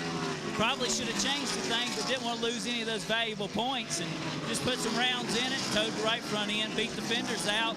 And right now, it's the fastest race car on the track. All we need is about 3 cautions so we can get our laps back. Go after that $1 million. That'd be something, wouldn't it? Hey, these guys aren't giving anything up right now. They're 3 laps down, but one car on the move is one of them, Bobby Labonte, the car number 18, and Terry. Yeah, Jerry, they moved up to 3rd and 4th position, and both those cars are like rocket ships right now. I want to document what Todd Parrott just said. When the green flag pit stops were made, Jimmy Spencer was 1 3/10 seconds ahead, right behind Dale Jarrett. Right now he is 8 4/10 seconds, so Jarrett has pulled away by more than 7 seconds since then. Oh, and Jeff Gordon about hit the wall down in turns 1 and 2. Man, it's going to cost him a position. Bobby Labonte's on the inside of him, trying to take over second as the head race into turn 3. Jeff will let him. He'll back off, said, I don't want to go in there side by side with anybody. Jeff Gordon went down in turn 1 and right up to the wall. A moment ago when we saw him go through the corner, we saw the dust fly. That's how close he was to the wall. Now there's Terry Labonte and Ricky Rudd. Well, they just gradually creep right on up there on him. Watch Jeff Gordon go in the corner. Watch him drift up. No, that time he wasn't too close to the wall. Check it out the last time as it goes down the corner. Already in progress. Oh, my, yeah. Jerry Bunch, what's going on with Gordon? Hey, Benny, Ray Evernham just said a minute ago that we had such a severe push, and if you put your hands on the steering wheel at 10 o'clock and 2 o'clock, up in turn 1, the 2 o'clock end went all the way over to about 7 o'clock, trying to keep the car out of the wall. Caution is out, Jerry. And there is debris in turn number 2, bringing out our caution here on lap 152. Well, it comes at a rather good time because a lot of drivers needed a pit stop. You are right. I was just looking on the list back here to see how long it had been since Spencer and Earnhardt had been in. Earnhardt was the first one to come in of the leaders, or those that were running in the lead lap. So yeah, they welcome this opportunity to come into the pits. Here comes Spencer down off the banking and entering the pits, as is Labonte and Jeff Gordon and the others that are on the lead lap. Spencer way up toward the north end. Here's Bill. Jimmy Spencer is in, 4 tires and fuel. Right in front of him, Bobby Labonte. So they're racing on the track and now on pit road. Right sides are on for Spencer, working on the left. Yanking the lefts off the 18 right in front of Jimmy. He's getting his stop. Cars even one in front of him. The fuel is finished. They're waiting to drop those cars. Spencer away. The 18 beats him down to the 24. Jeff Gordon already right side tires on. They should put a spring rubber in the left front. Left front spring rubber going in trying to correct that problem with the severe push. The car being so tight. And the race is line to be Bobby and Ricky Rudd. Left side tires. Now the left front tire finally does go on. They get off the right front and speed in the back. Let's go to John Gordon in the back pit. Tire change for Lake Speed as the crew swings around to the left side. They've added a half pound of air pressure to the right rear. It's a race with Morgan Shepherd right behind him. Mud nuts going on. A little bit of problem with the left rear tire for Lake Speed's crew, and Morgan Shepherd gets out, but Lake will beat Morgan Shepherd out here on the back pits. Also in for 4 tire change, Darrell Waltrip and Dick Trickle. Bill Elliott also coming out of the backstretch pit. And so pit stops being completed here under caution at Darlington in the Mountain Dew Southern 500. We'll take a break and be right back with more. We're back under the lights this coming Saturday night. But on Thursday night, you can catch the truck race, the Fastmark Truck Shootout 200 on ESPN2 at 8:30. NASCAR Winston Cup qualifying on the Deuce Friday at 5:30. Then the Busch Series Autolite Platinum 250 at 7:30 Eastern Time on Friday night here on ESPN. And then the Miller 400 from Richmond International Raceway Saturday night at 7:30 here on ESPN. The jet dryer's out there, Jerry. What's that all about? Well, Bob, what some of the crews had complained about a moment ago and some of the drivers, there was a lot of rubber coming off these tires. Typical Darlington, it's sort of like a cheese grater. And what they're going to do here, the rubber beginning to stop the grills up in the front of the cars. Terry Labonte had that problem, so did the car number 6 of Mark Martin. They come in and have to pull the rubber out of the grill. That causes 2 problems. The rubber stopping the grill obviously make the car overheat, but also it'll change the handling on the car. It'll make the car have more downforce in the front and loosen the rear of the car up. That's why NASCAR decided to blow the track off during this yellow flag period. We're under our 4th caution of the afternoon here at Darlington, and there is some rubber that has chunked off the tires and landed on the raceway. While we have the opportunity, another break before we return back to Darlington.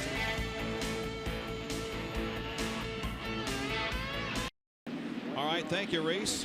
Our AutoZone off-track interval shows that Jimmy Spencer spent a lot less time in the pits than Jeff Gordon did. Yeah, about 9 seconds worth. What happened? Jeff Gordon put that rubber in the left front spring, and we saw on the track fact how difficult it is to put those springs in the rear. It's even more difficult to do that in the front spring. Jeff Gordon all the way back to 9th, but there DJ got a chance to get a lap back. Well, he's down 3. Let's see if he can get 1 back as they go to green once again. And Jimmy Spencer, the leader of the race. And yeah, Jarrett gets the jump and gets a lap back for the moment. Yeah, if I see a caution here right quick.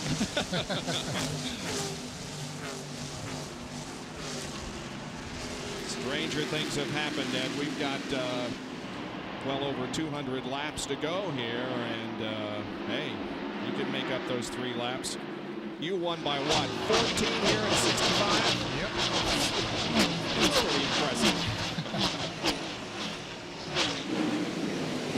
We saw Bobby Labonte drive by his brother Terry a moment ago, take that spot away.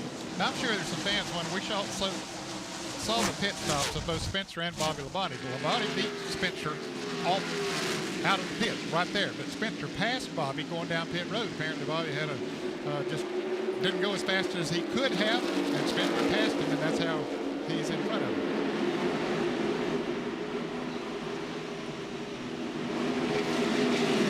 Jeff Bodine, the early leader of the race, who is back in 25th position, a lap down. Back to Ricky Rudd, also Ken Schrader, and Kyle Petty. Kyle Petty is a lap down. Both those cars go by Ricky Rudd. Looks like Kyle's got his car adjusted. He blows by Schrader. And that is Kyle Petty in the car. First race that he has driven in since, I guess, the accident he had at the Indianapolis Motor Speedway. Well, looking back from Dale Jarrett's car to the leader, Jimmy Spencer. At the moment, Jarrett is 2 laps down, back in 30th position. He's back off the gas a minute to go off turn 4, get the car turned, and then on the throttle, wide open down to turn 1. Jerry Punch has a report. We might add on Dale Jarrett, guys. Remember I showed you that shock they broke in the right front. Well, they also bit the right lower control arm. They did not have time to change it, so Todd Parrott said he's driving with a severely bent right front control arm that Dale is going to have to deal with. Here's a battle for 6th position. Sterling Marlin up ahead of Ricky Rudd. Actually, it involves 5 cars. Andretti, Gordon, and Martin also right there. And there goes John Andretti. Ricky Rudd's car having some problems right now. The tide ride not up to speed from a couple of laps ago, a few laps ago, just before this pit stop.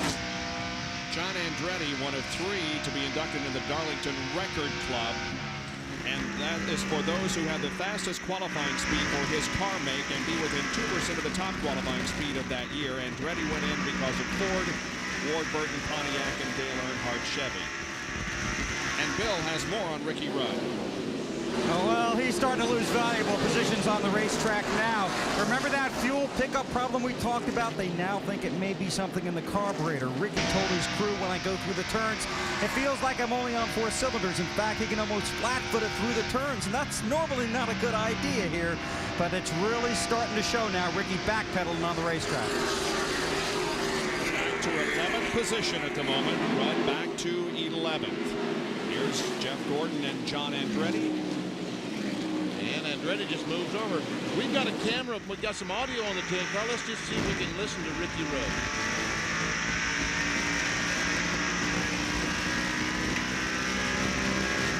You can hear the engine accelerating down the stretch. Watch when he gets down the corner. Let's listen.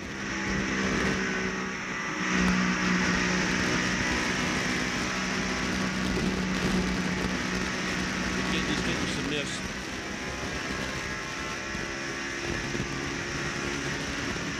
There we go. 200, just under 200 laps to go. So we're approaching the halfway point. What is that? 183, 184? 184, I think. Yeah. Rudd won the spring race here at Darlington back in 1991. And he is trying to continue a string of winning race in a season. Here is Dale Earnhardt passing Ernie Irvin. That was for 10th position. And Irvin in the 28 Howland car did make some contact with the wall at the same time that Dale Jarrett, Rusty Wallace, several other cars made contact. So he is battling a damaged race car. But he was able to stay in the lead lap.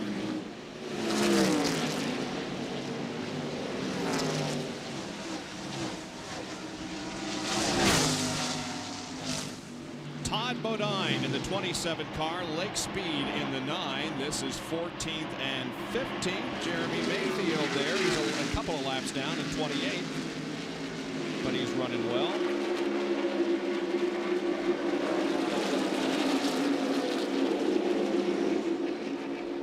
I would have said something, but you scared me. Bobby said he scared him when he went down in that corner. Good line. Oh, I guess he steered top of 9 when he drove up the side of it, too.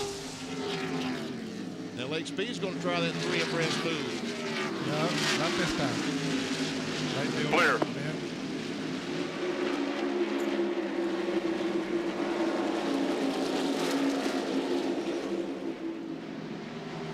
Those guys are going at it.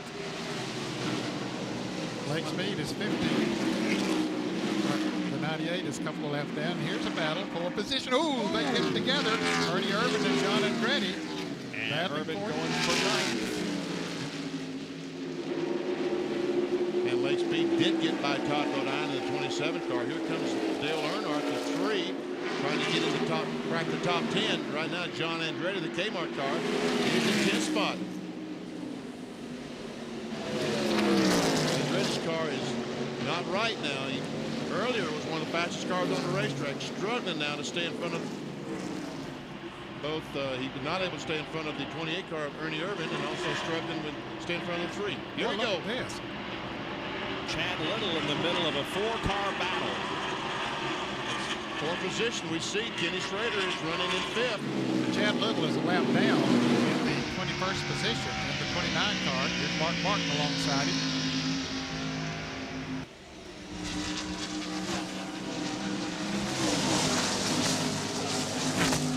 Brother Sterling Marlin going by Schrader. Take over 5th. He does it. Now Schrader will try to come back. No. Jeff Gordon's going to go by Schrader as well. Mark Martin got all the way down his left wheels down on the flat. Didn't make the pass, but he hung onto the car. Looked like Kyle Petty. And Mark just blows by that 25 car. Yeah, that car's working down well. It didn't get by. No, coming off the turn, he didn't get the traction that he needed. Down on the inside, so he does not get the position. But Mark hugging that inside, especially down turns 1 and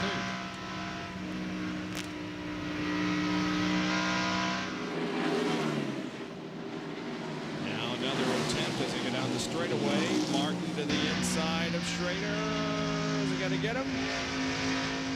Schrader's getting racy, ain't he? Up on the high side, the other time he got better traction than Mark did. Mark got some traction that time. He might get him this time going into the turn. Somebody's going to have to back off, and it'll be Schrader. He's smart. And here comes Ernie down on the inside. Yes, Schrader knows he's there. And Schrader backed off and lost 2 positions positions in the process, as both Martin and Irvin were able to get around. So Schrader goes back to 9th. But that still was a good, smart move on his part. Give up those 2 positions. Hey, there's still a long way to go in this race. You don't want to get 2 races because we've already seen this place can jump up and get you. And the 8th car just over the 3rd position. Strickland having a great run here today in the Circuit City Ford. But up front, it is still Jimmy Spencer in front over Bobby Labonte and Hut Strickland. Terry Labonte 4th, Sterling Marlin is 5th. Oh, Spencer, Ben. Under our 5th caution of the day, the leader, Jimmy Spencer, spun. Dale Jarrett got a lap back, and now the pit stops are being made. Here comes Bobby Labonte out already. Strickland's moving. Terry Labonte is moving. Jeff Gordon will take the lead. In the white line, Gordon might have gotten there first.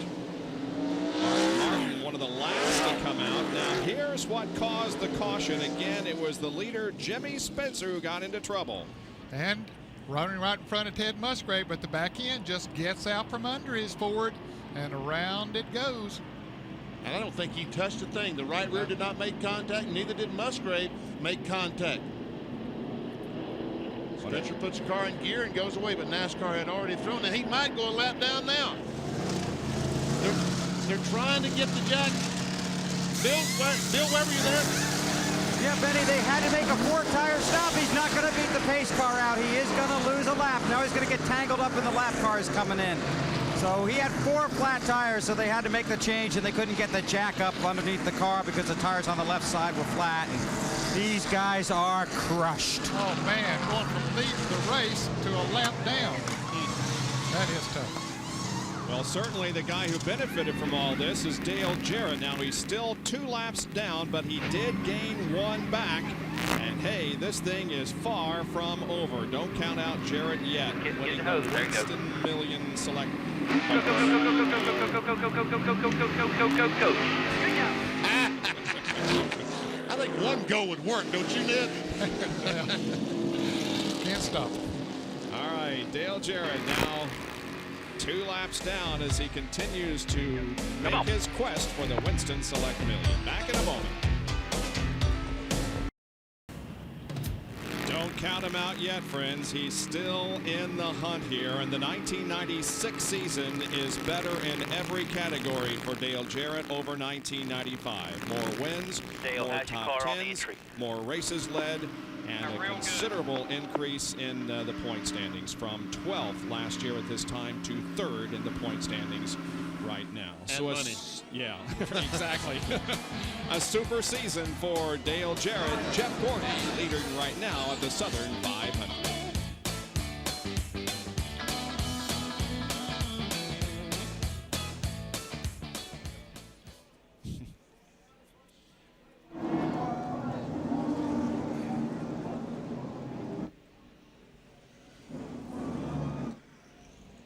There goes DJ. Go up there, Dale. Get behind the pace car and get another one back. Need a early caution. Somewhere along the line, they need to run. Once he gets all those laps back, they need to run pretty good while under the green and then have a caution, because if he has to start back in 18th spot, it's going to be tough. Yeah, you're right.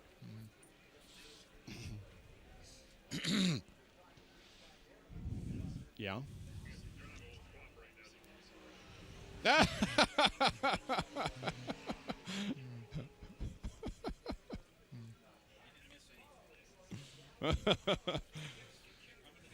Oh, yeah, he's, yeah. Is that the doctor up there on the right? Here on the 23. Yes. 10-4 tower, message delivered. Green, Larry. 10-4, David, will not make it, sir.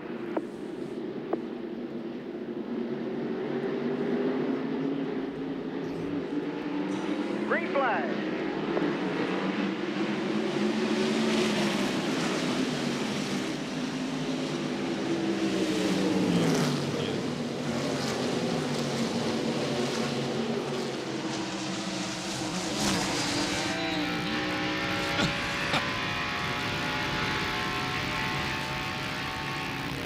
Less than a lap completed under green, and Dale Jarrett for the moment has another lap back. He's now only one down, got the jump at the line. The leader of the race is Bobby Labonte. Here's Jerry Punch.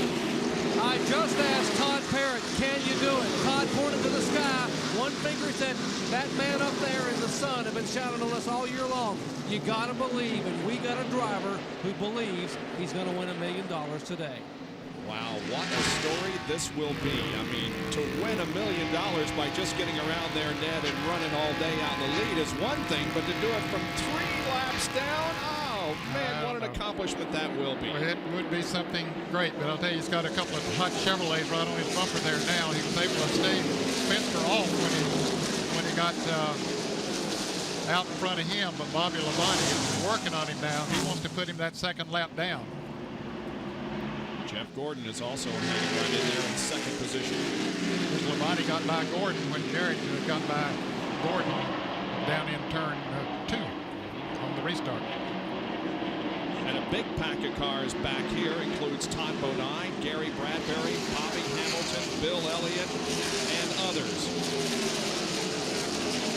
Darrell Waltrip, Morgan Shepherd, Ricky Rudd.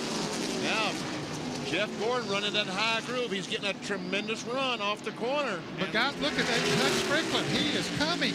He's in 3rd place and running the leaders down. Wow, what a great day this is for Hut Strickland in the Circuit City car. Up to 3rd. And Jeff Gordon dives to the inside of Bobby Labonte here on the straightaway.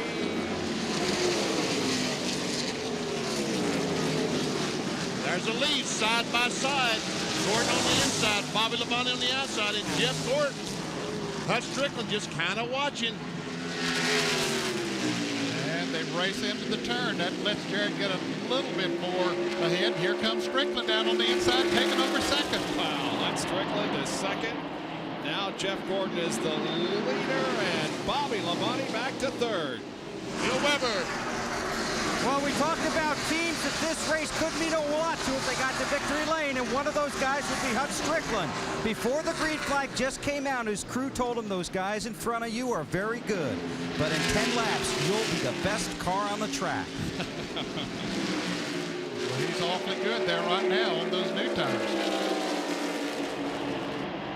There we see Jarrett once again, the Ford quality care car, 2 laps down. He smacked the wall. Yeah, but he needs to call me right now. Gordon's got to get him. Looking inside. His spotter, Todd Fields, telling him Gordon's coming inside. And here comes Hut Strickland. Whoa, wait a minute. Back out, DJ. Don't do it. Oh, boy. Yeah. And he's going to try to get under Hut Strickland. Can't quite make it.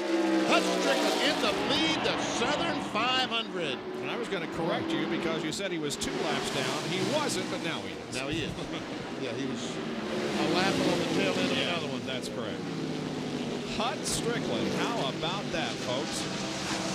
Well, in our little announcers pool here that we have, small. Oh, and Earnhardt's in the wall. In the wall, he's around he goes. In the 98 car, he's in the back. Hits him in the back. Then Jeremy, now another car. And Jarrett will try to get back on the lead lap, but don't get a lap back, but he won't be able to do it. Hut Strickland will hold him off. And these guys are going to have to slow down because for a moment the track was blocked over there in turn number 2. Now it becomes uncongested. Dale Earnhardt drives away. Jeremy Mayfield begins to drive away, but more bad luck for Dale Earnhardt in his quest for an 8th NASCAR Winston Cup championship. We can see the debris that's laying on the racetrack. Listen to this, folks, and watch.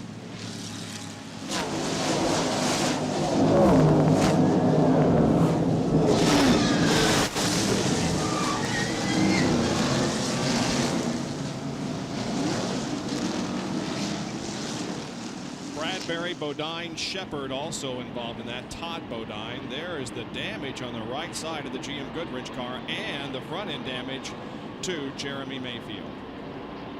Here's Bill Weber.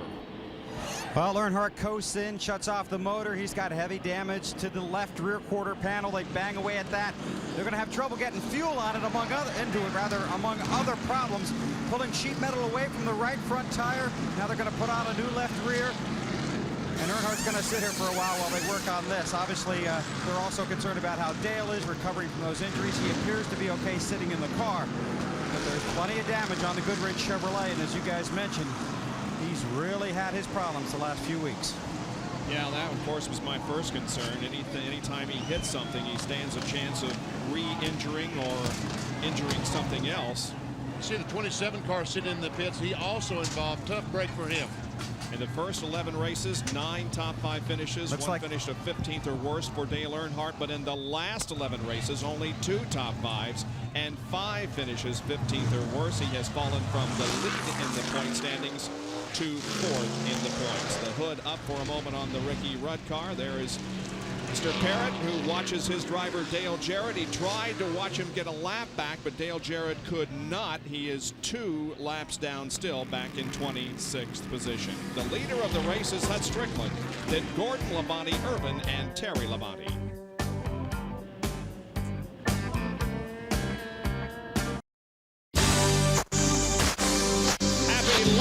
Everyone from ESPN Speed World, on hand live today in Darlington, South Carolina for the Mountain Dew Southern 500, being brought to you by Smooth Busch Beer and Easy Drinking Busch Light. Busch, the official beer of NASCAR. By Chevrolet, one car company has won more races in the history of NASCAR, genuine Chevrolet. And by your Texaco Havoline Formula 3 motor oil. Add more life to your car. Take it to the star. Under our 6th caution of the day here at Darlington because of an accident up in turn number 2 involving, among others, Dale Earnhardt. Last night here in Darlington, we will show you first of all the crash and the aftermath up in turn 2. Making a 360 and other cars with nowhere to go. And we see a lot of fluid out of someone's car. I don't know exactly whose that is. Earnhardt has made several pit stops. And Jeremy Mayfield is with John Kernan. Jeremy Mayfield has pulled his RCA Ford behind the wall into the garage area, and the crew is going to work on it. Jeremy, you okay? Yeah, I'm fine. I just hate it for my last ride in RCA Ford here today, you know, and it's just pretty bad that had to end like this. You know, Earnhardt, I guess, got loose and got in the wall, and just nowhere for me to go, and I think somebody else hit us, but it's just a bad day for us. You said the last ride. I thought you were going to wait till Tuesday to do that, huh? Well, last ride of what? The last ride of the day, you know? Oh, okay. We just weren't running very good today, you know. I just hate it because, you know, yesterday was pretty good, and today just took off and just just missed it again, you know, just unfortunate. All right, well, maybe I misunderstood, but Jeremy Mayfield done for the day, guys. So is Rusty Wallace, who finished 38th here this afternoon after being involved in an incident early in the race. Last week, he was our True Value man of the race, winning the Goodies Headache Powder 500. He has 5 wins this season, 2nd in laps led, and has climbed from 10th to 7th in the points following last week's win in Bristol. The True Value man of the race donates $1,000 to the Rusty Wallace Charitable Foundation, which contributes to the Burn Center at Brenner's Children's Hospital and a Center for Prevention of Child Abuse, both in North Carolina. Bill Weber, what's going on with Earnhardt? Well, he's been in a couple of times. They've changed tires. He called in last time and said, I'm coming back in. I need you to check the toe in. And I also think one of these tires is rubbing because he was seeing smoke. So he came back in and they pulled the sheet metal away from the left rear. They believe they have Ricky Rudd's problem corrected. Benny, you'll have to walk me through this now. They had a float bowl problem. When Ricky was going through the turns, they weren't getting enough gas into the carburetor, into the motor, through the carburetor. So they think they've got that fixed. He's going to find out. The green flag's out. Up to you guys. See how Jarrett fares this time as the green flag comes out. We are back to racing once again. He will take the advantage for the moment over the leader of the race, Hut Strickland. That is strong up on that outside, and here he comes. Now let's see who's going to race into that turn. Hut's going to stay up there. Hut Strickland wants that lead. I was about to say before Earnhardt's crash, in our little pool, we picked who we think will win and put up a dime apiece. And Benny Parsons picked Hut Strickland yesterday. So I truly knew he was going to be strong. I watched a few minutes of practice, and he was awfully strong in that little bit I saw. The 9 car, something happened to it. Don't know whether it got into the wall or what, but he was running in 11th position, but now slows, dropped onto the apron of the racetrack, and appears to be headed for the pits. There he is coming into the pits, as a matter of fact, on the backstretch. John? Blake has radioed his crew as he pulls down pit road. He says he's got a flat right front tire. This is a shame for this team. They've run so well today, staying on the lead lap. Crew going to work now, putting right side tires on. Here comes Hut Strickland and the rest of the pack. Blake will go down the lap right there. Right sides are on. Hut 6 speeds away, but he is a lap down. Now Jeff Gordon, the 24 car, trying to get by Dale Jarrett so he can get back up and chase down Hut Strickland, or try to chase him down. I'm amazed how well Dale Jarrett is able to drive the Ford Quality Care car after banging the wall as hard as he did early part of the race. Jeff Gordon saw Hut Strickland make a pass on the outside. Jeff looked like had maybe thoughts of doing that in turn number 2, but they're down single file once again in 3. Guys, Ernie Urban has moved up to 3rd place, and he is gaining on the leaders. He's one of those drivers that hit the wall too when Dale Jarrett did. Didn't do as much damage, but Larry McReynolds and Robert Yates and that Texaco crew have got his car back working, and here he comes. There is Ernie. Started back in 13th position. He's been down as far as 33rd and as high as 2nd right now in the 3rd spot.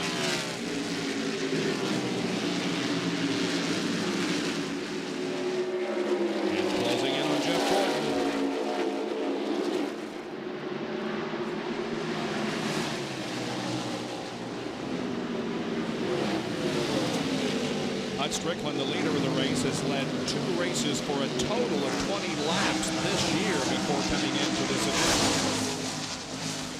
So he's adding to his total quite quickly. Here's the 18 car of Bobby Labonte in 4th. I don't think he's quite as strong as he was a little bit earlier. Appears to be struggling right now, Ned. Yeah, maybe that set of tires not quite matched as well as the others. And there's his brother Terry sitting back there in 5th place. Just moving right along. Old Terry is steady as a rock. The 99 car of Jeff Burton is 18 laps down in 35th place. There is Mark Martin, who is in 6th spot. Mark Martin had the magic early on. He was in the zone earlier on, but right now he just can't seem to find the combination to get back up front. Hear him back off the gas.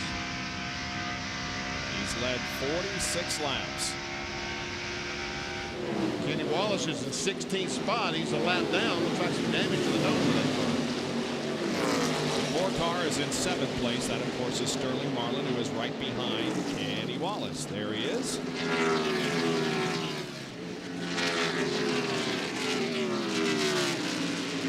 He's been as low as 29th.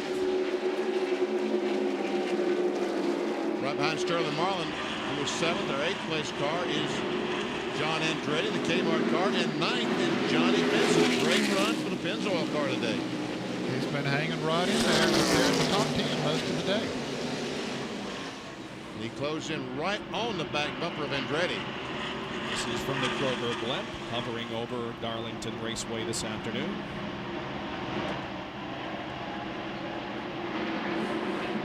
We can see that Benson's still running a higher line than most other drivers around the racetrack. There's Kyle Petty and Kenny Schrader. Now Petty is 17th, a lap down. The 25 car of Ken Schrader is running 10th. 15 cars being shown on the lead lap. Kenny has been one of those who has picked up the bonus points for leading a lap. He's led 9 so far. He's been as low as 15th.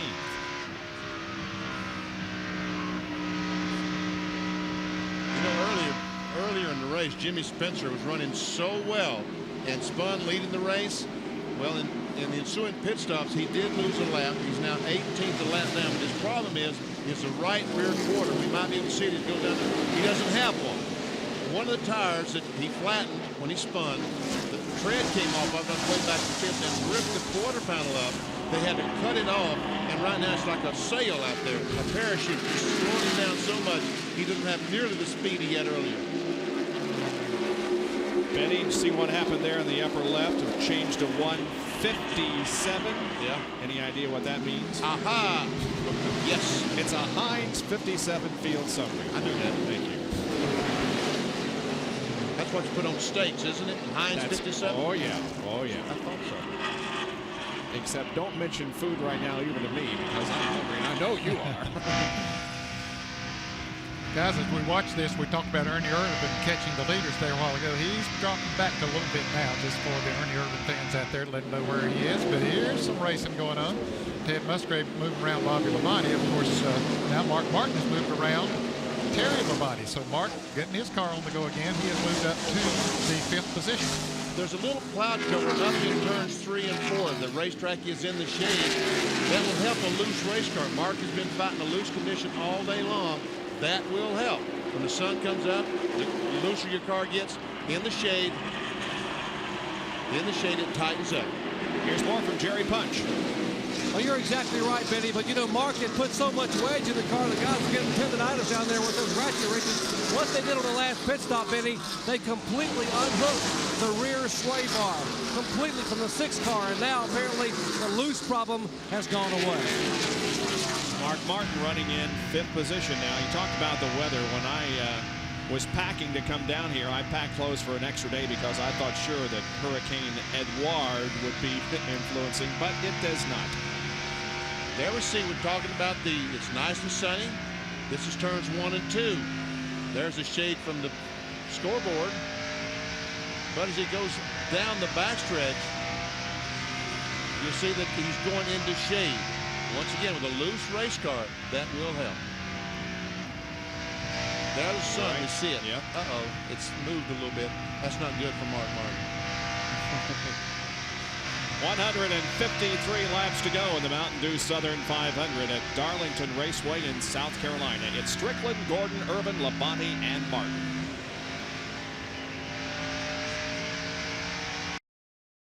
Welcome back to Darlington Raceway in South Carolina, the Mountain Dew Southern 500. Another Labor Day holiday weekend tradition continues tomorrow here on ESPN, a big triple header of baseball.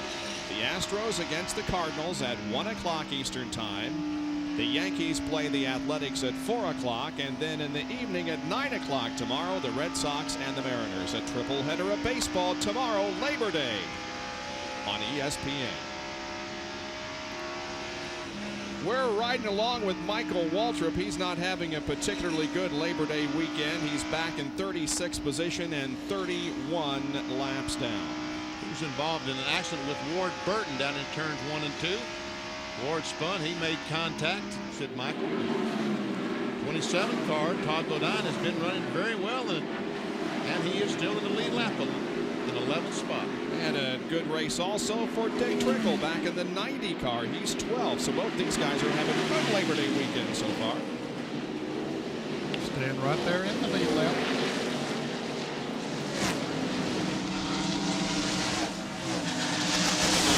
Really having a good time today is Hut Strickland. He is leading this race over Jeff Gordon.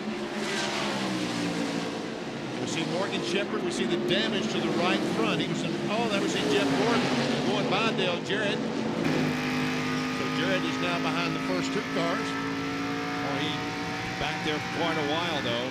Now has been able to pass him, though. And there's the interval between 1st and 5th. Just a 5-second interval between Strickland and Mark Martin, with 1.3 seconds separating 1st and 2nd. And now Gordon may be closing that interval in a little bit. Morgan Shepherd moves out of the way here on the main straightaway, and Jeff tries to close in on Hut Strickland. I started saying Morgan was involved in an accident with Earnhardt and Jeremy Mayfield in the 27 car. Where's 3rd place Ernie Irvin? There he is, running behind Ted Musgrave. And Bobby Labonte is gaining on Ernie now.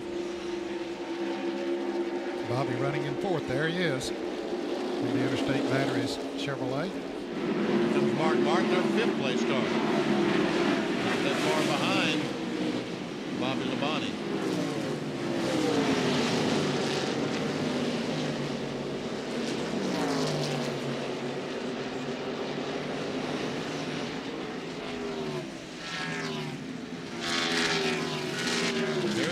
running the 6th spot. Kenny Wallace has had a good run today. He's just a lap down in 16th. Looks like he's able to keep up with these leaders pretty doggone well. Here's a battle for position. John Andretti and Todd Bodine. Boy, Todd has given this car a heck of a run, and he passed Andretti easily there in one. Andretti just moved over and let him go, and that moves him into 10th position. Todd Bodine, that unsponsored car. Let's take a look at our Budweiser race recap. Hud Strickland, current leader, has led 31 laps so far. We've completed 223, 19 lead changes, 6 caution periods, total of 37 laps, and we're averaging 125.7 miles an hour. Now here are those who have led a lap. Jimmy Spitzer the most so far. Mark Martin second in that category. Strickland, Gordon, and Jarrett. Plus Schrader, Bobby Labonte, Jeff Bodine was the first leader of the race. Dave Marcus has also led a lap, as has Jeremy Mayfield. Terry Labonte and Ricky Rudd, the final two to pick up points. Now, those that are officially listed out of the race. Craven, Loy Allen, Ward Burton, Ed Barrier, Rusty Wallace, and Jeremy Mayfield. So those 6 cars officially out of the competition. And this is the battle for 7th here, Martin and Benson. 2 yellow cars. Martin was able to get by Terry Labonte and is closing in on Bobby Labonte as we watch Sterling Marlin in 7th spot and Johnny Benson in 8th. Benson having a great run today. Sure is.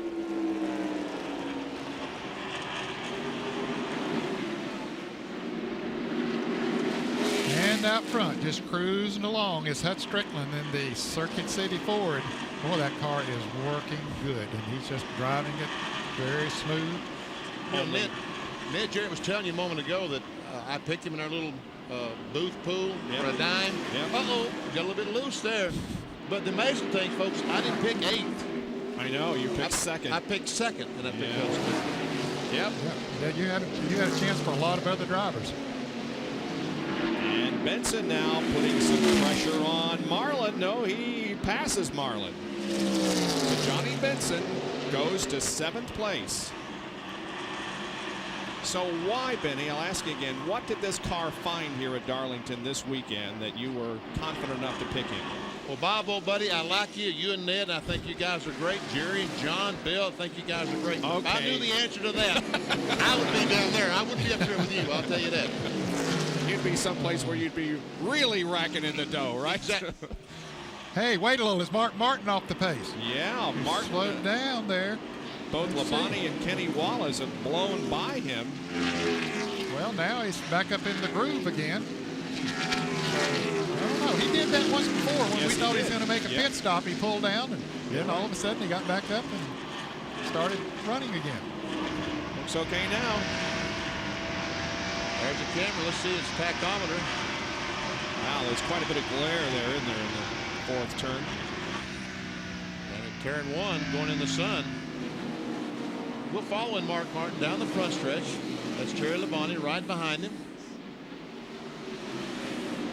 Okay, Labonte comes up on the outside as Martin goes down to the inside. I think he just decided, okay, he saw Terry coming up and said, okay, not going to race you. Still got a long way to go in this race. So I'll just let you on by. More from Jerry Punch. Well, I just asked Steve Mill, the crew chief. He looked at me and said, take a wild guess what our problem is. Yep, we're loose. Loose again, doggone it.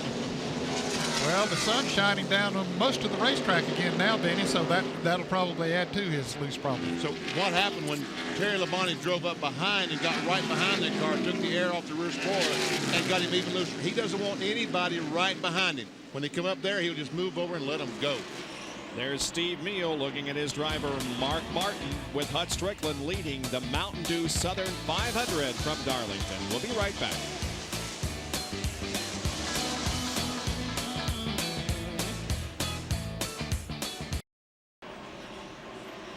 Welcome back to Darlington Raceway in South Carolina. The view from above is provided by the Kroger Food Store blimp, the Spirit of Atlanta. How fast you think these things go? Oh, about 5, no, 8. Usually around 35 miles an hour.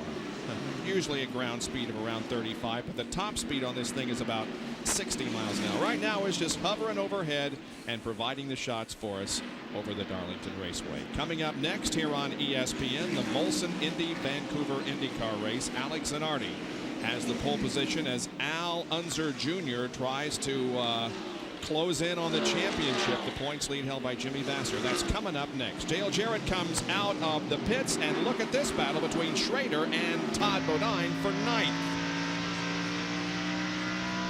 And we can see the damage on Bodine's car. And he goes by, takes over ninth. Points like Todd has something to prove here today. He's been involved in a crash, still has been on the lead lap all day, and now is in the top 10. He definitely has something to prove. Put writing on that car, other than numbers. Up front, meanwhile, still Hut Strickland showing the way. Here he comes in. Man, we saw a couple of cars spin out coming in that fast yesterday. He slams on the brakes, he'll stop, suddenly gets slowed down before that white line. Bill Weber is waiting on him. And this will be a little bit earlier than they had originally anticipated Hut stopping. Now he brings the Circuit City Ford to pit road, and this crew goes to work with lap 239 on the board. 4 tires and fuel. Hut twice has had a fuel pickup problem. It happened very early in the race, then went away. It happened again just a few laps ago. All the fuel is in, working on the left side tires. They don't think it's going to be a major problem. Hut is away, has to watch out for Andretti, 18.9. Great stop for Andretti. John Andretti now sits parked in his pit. They go around to the right side, changing the right side tires. Clean the windshield on the Kmart Little Caesars Ford, pouring the fuel in. They make a track bar adjustment. Now come around and put the tires on the left side. 4 Goodyear Eagles for Andretti as the race roars along under green. Waiting now to pull on the left rear. It's in, fuel's in, Andretti's away. And his last ride in that 37 car. So we've had 2 in the top 10 come in for pit stops. There'll be at least 1 more round of pit stops before the race is over. At least 1 more, probably 2. And the 30 car of Johnny Benson just passed Bobby Labonte to go to 5th. Right now, Jeff Gordon, the leader, Ernie Irvin, Terry Labonte, Mark Martin, and Johnny Benson. That's the top 5. Bobby Labonte is in the 6th place. 241 laps completed here at Darlington. They're the top 5, and we'll be back with more live coverage from Darlington in just a moment.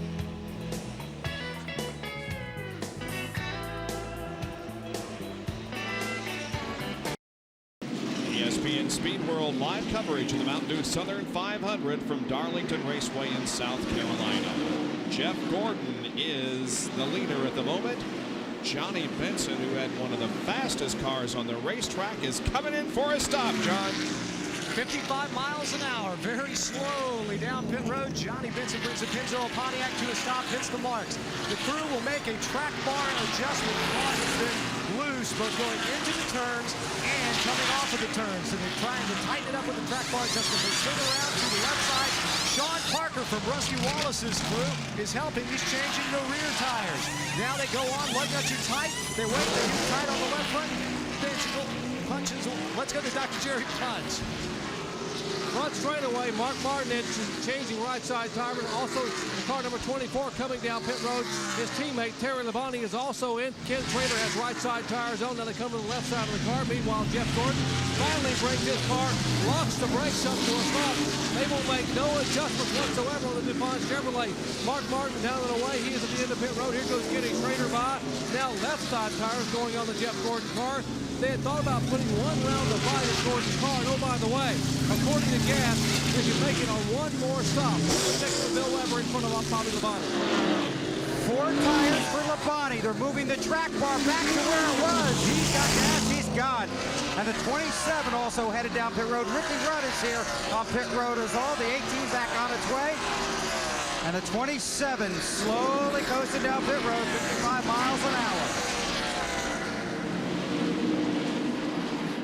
All right, right sides, car going up. The brush trying to get all the rubber off the grill. Thing will overheat. And cleaning the windshield, we saw a moment ago driving down in turn 1 how obscured the visibility is. Important to get that windshield as clean as possible. killing the boys. Good stop. Todd Bodine moves back out onto the racetrack.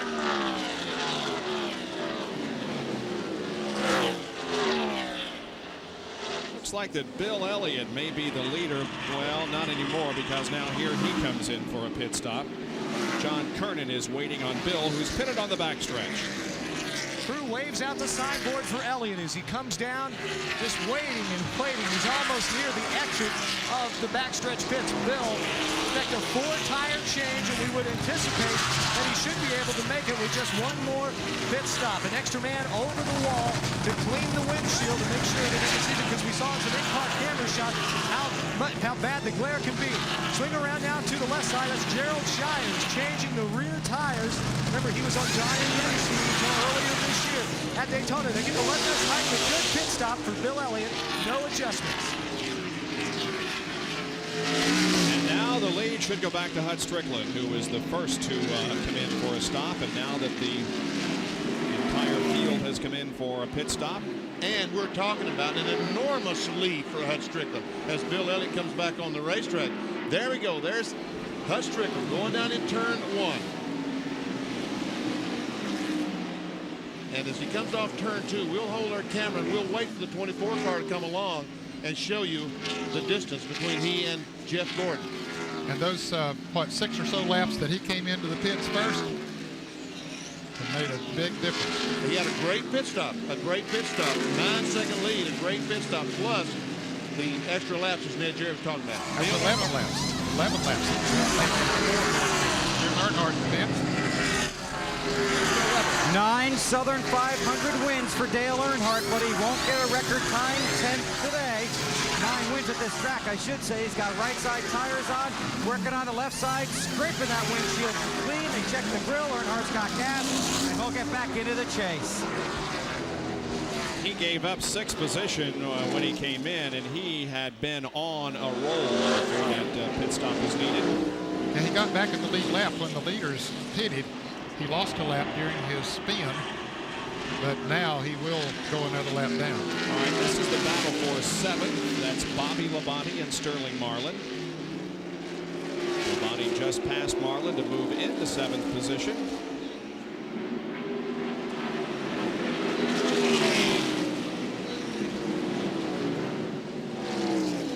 Good pit stop and a good run on the racetrack for Hut Strickland. Trying to keep the sponsorship on this car and trying to bring home his first NASCAR Winston Cup victory. Hut Strickland is the leader at the moment with 254 laps completed here at Darlington Raceway in South Carolina.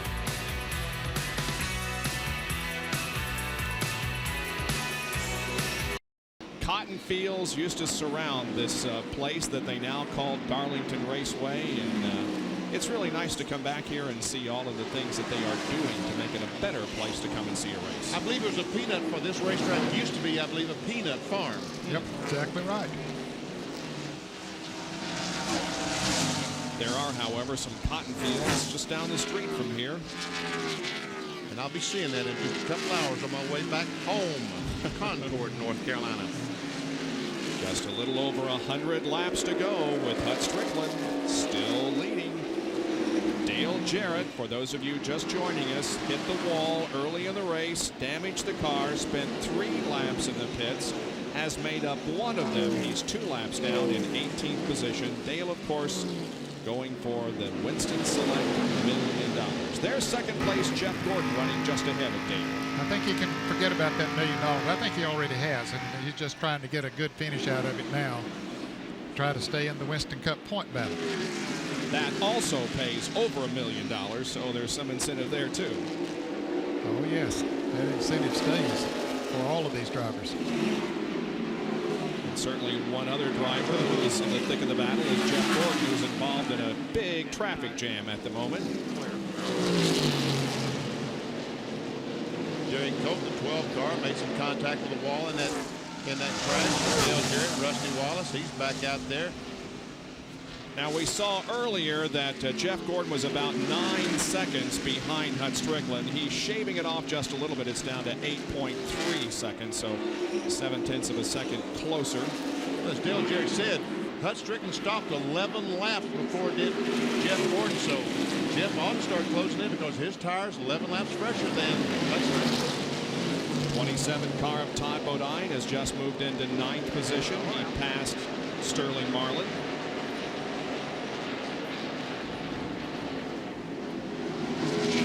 There's Rick Mast in car number 1. He's 3 laps down in 26th. And there is Johnny Benson, who's running in 8th position. So that's who Todd Bodine is chasing at the moment. And the 30 is chasing the 25 of Kenny Schrader. That's putting in 7th spot.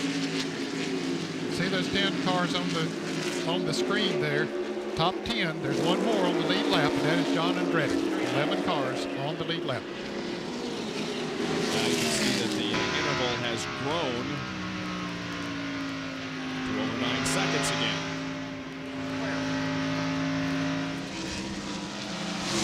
You got to be impressed with several drivers and cars today, among them Hot Strickland, Todd Bodine, and Johnny Benson that we're looking back on from Schrader's car.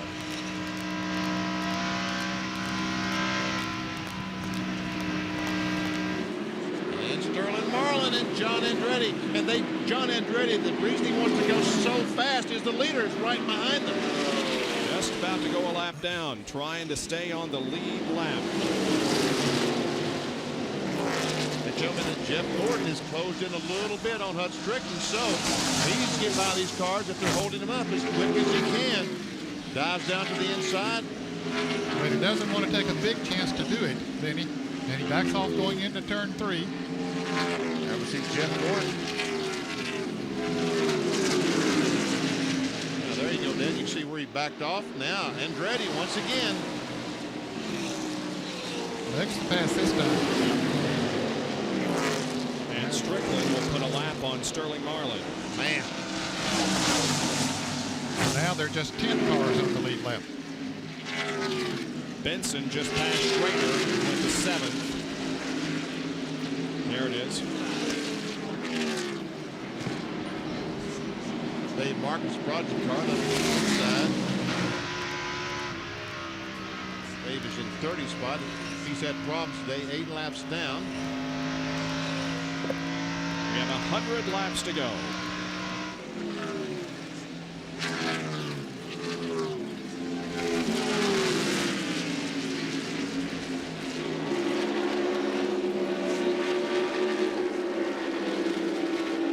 See if Todd Bodine is closed in any on Schrader. There's Todd. Well, he's got close enough to where he can get into the picture. As they came off the turn, he could. There he is. There's Schrader on the left and Todd on the right.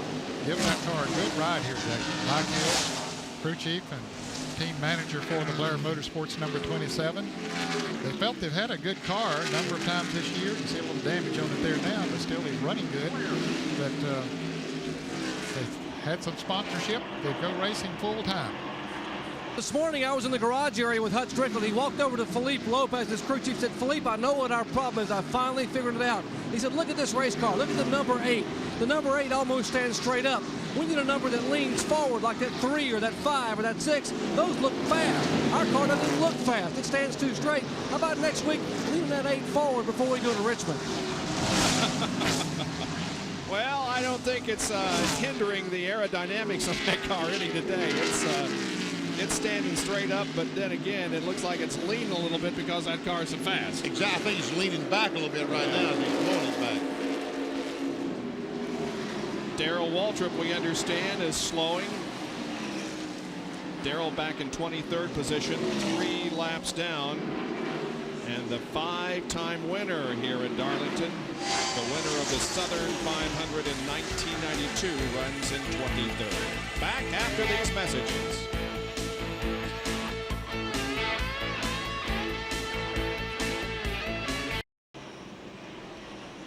Back at Darlington Raceway, and from the overhead shot you can see the odd shape of this racetrack. Now that's not an optical illusion. The blimp is flying over turns 3 and 4, and you can see that 1 and 2 are much tighter. It's sort of an egg shape, isn't it? It is an egg shape over. We see the pond over there coming off turn 2. That's why they couldn't make the racetrack go out there where it ought to be, because Mr. Ramsey that owned that pond said he wouldn't sell him the land to be able to make the racetrack square. Coming up at the conclusion of this event is going to be the Molson Indy Vancouver IndyCar race. Alex Zanardi will start from the pole position in that one. That's coming up right after our coverage of this Mountain Dew Southern 500. In the lead, we have Hut Strickland, and look at the active drivers with over 200 starts that have not won a NASCAR Winston Cup race. Michael Waltrip has won the Winston Select, but that is the points-paying race, so he's 0 for 322. Dick Trickle 0 for 218. And then you find Hut Strickland, who has not won a race in 217 starts, but could be on his way to his first here this afternoon. Well, I think he's got a little bit of a problem here. You know, I think he needs to stop twice to Jeff Gordon stopping once, because stopping short there the last time, if he does that again, that's a 22-lap advantage that Jeff Gordon's going to have on him. I don't know how this is going to play out. But he did. You're right, Ben. He stopped 11 laps before Gordon did the last time. And even if they run the same distance on this, I mean, 11 laps is a long way and could cause him to have to make an extra stop. Which I guess gasoline is not a problem. Darrell Waltrip is in, and John Kernan is there. Well, we noticed a few laps ago that Darrell suddenly had slowed. They think that they've got a bad right front shock. So they're, and the car slides off the jack. So now they've got a problem there. They've got to try and get it back up. There we go. They get another jack across the wall, but it looks like they won't need it. So that cost them some valuable time. Now, crew will go to work. They will replace the right front shock. VW sitting in the car, waiting. The car a few laps ago became so loose he couldn't hardly drive it. The same thing happened to that car yesterday. The 17 car lost an O-ring in a shock yesterday. Jeff Hammond was telling me this morning. Terry Labonte and Dallenbach just blew by Jimmy Spencer. Spencer is in 19th position, 2 laps down. Here's Mark Martin in 4th. Terry Labonte is chasing Mark. And Mark is chasing the 28 car, who is right now in the middle of the backstretch. So he has Ernie has about 1 straightaway lead on Mark Martin. Let's see. There comes 28, Ernie Irvin, the Howland Texaco car. He's done a good job after hitting the wall there. Yes, he has. He and Dale Jarrett both had awfully good, fine race cars today. Both of them made some contact after getting in some fluid on the turn 3, made contact with the wall. And both those cars still pretty decent. Winner of New Hampshire earlier this year, Ernie Irvin, runs 3rd. I'll tell you that Hut Strickland did pass Todd Bodine to put him a lap down, so now 9 cars in the lead lap. That's currently the 2nd place car. Jeff Gordon, DuPont Automotive finishes. And where is he in relationship to the leader of the race?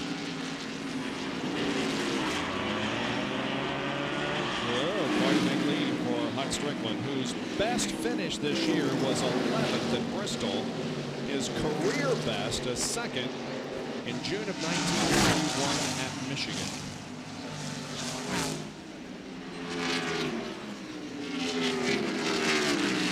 Like those guys, Philippe, Hut, all those fellas have really done a fine job today getting that car prepared for the Southern 500. That's 6 8/10 seconds behind, or ahead, I should say, of Jeff Gordon. Gordon that far behind the leader. John Curtis has more on the Waltrip situation. Well, they've gotten the right front shock off of Darrell Waltrip's car, and they've replaced it, and he heads down pit road back into the race. The problem was the shock. Talked to Pete Wright, he said the shock would not compress on the right front. So Benny Parsons, how would that make the car feel to you? Wow. Can you imagine going in the corner and not compressing and it bouncing along? It'd be like bouncing a rubber ball, a solid rubber ball on concrete. Well, shocks are so important now on these race cars, more important than ever with the radial tires. Robert Presley in 29th position goes to the pits. Here's Bill Weber. Well, they're still battling that fuel pickup problem that seems to come and go, but right now they're concerned that they may have an overheating problem. They're talking about coming in at about 3 or 4 laps. They were hoping to get a caution for debris, but that didn't happen. We're talking about Hut Strickland here in the 8 car. They had a great pit stop the last time. It may be the stop was so fast they didn't get someone, did not brush off that grill, get all the rubber and debris off the grill of that car. And, you know, the car looks to be pretty well balanced. They might have too much tape on the nose of that car, trying to get that downforce on the front end. Might have too much tape, and the car is overheating. We will find out here. At the moment, he continues to enjoy a rather comfortable lead over Jeff Gordon. Here comes Jeff out of corner number 4. And completing lap number 287. It's a 6.5-second lead for Hut Strickland over Jeff Gordon.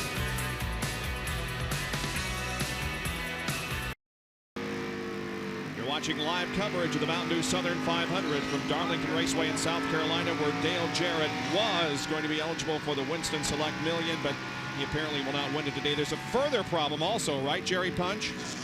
You're exactly right, Bob. What I'm holding is what's called a crush panel. That's a panel that fits between the fender, right front fender, and of course the dashboard and floorboard. This crush panel was crushed, basically bent out of the car when Dale hit the wall. They threw it away. That means that between the engine and the driver's compartment, there's nothing to keep the fumes from coming in the car.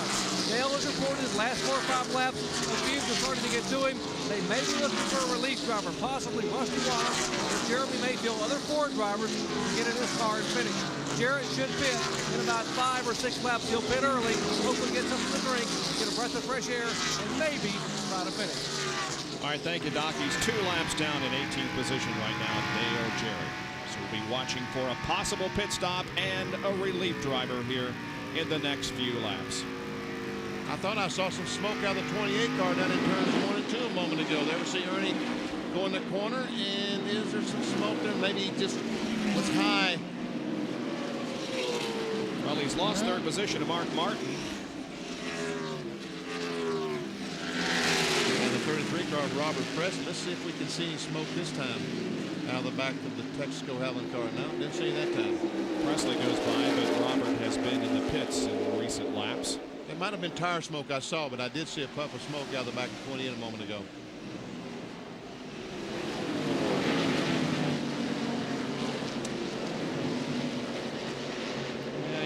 See it. He obviously is not up to speed because cars just blowing by left and right. Yep, including Derek Cole, who's back in 35th position.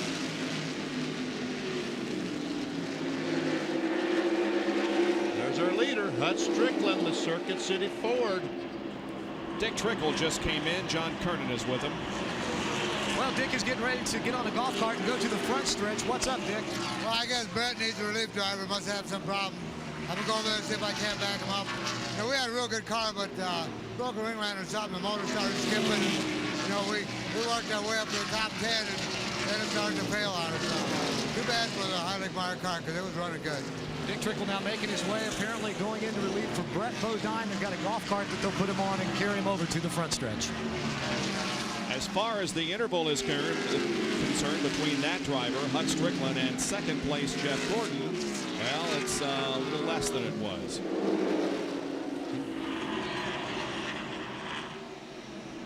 Let's take a look at an AutoZone on-track interval. You can see that Jeff Gordon has closed in from a 5.5-second advantage, a disadvantage, I should say, on lap 291 to a 4.4-second deficit on 295. Well, there we can see, just look at all these times. And every lap that Jeff Gordon is running faster than our leader, Hut Strickland. Now, you know, Hut Strickland passed Johnny Benson a few laps ago, but now Benson is trying to get back by him, and here comes Ricky Rudd. So Hut Strickland right now, obviously not nearly as good as he was a few minutes ago. We've been out there a long time on that set of tires that he has on that car, and it's got to be sliding with him.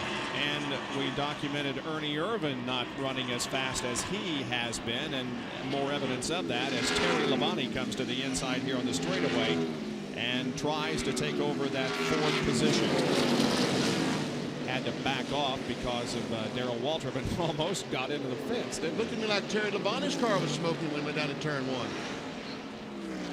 He's going to make another bid here on the backstretch, and this time he'll be successful. So Labonte up to 4th now. Irvin back to 5th. I'll tell you what, Jeff Gordon is about to catch. Hut Strickland is really struggling with his car right now. He's been out there about 60 laps. That's as long, I think, as about as anyone has run all day. So look there, 1.82. He's catching right now about 2-3 of a second a lap.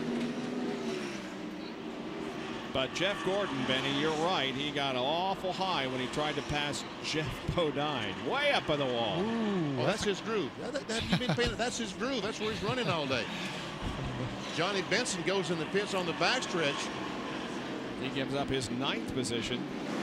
And right now, Strickland, he's got to be coming in pretty soon. He has got to be. But if he comes in now, he's got to run 68 more laps.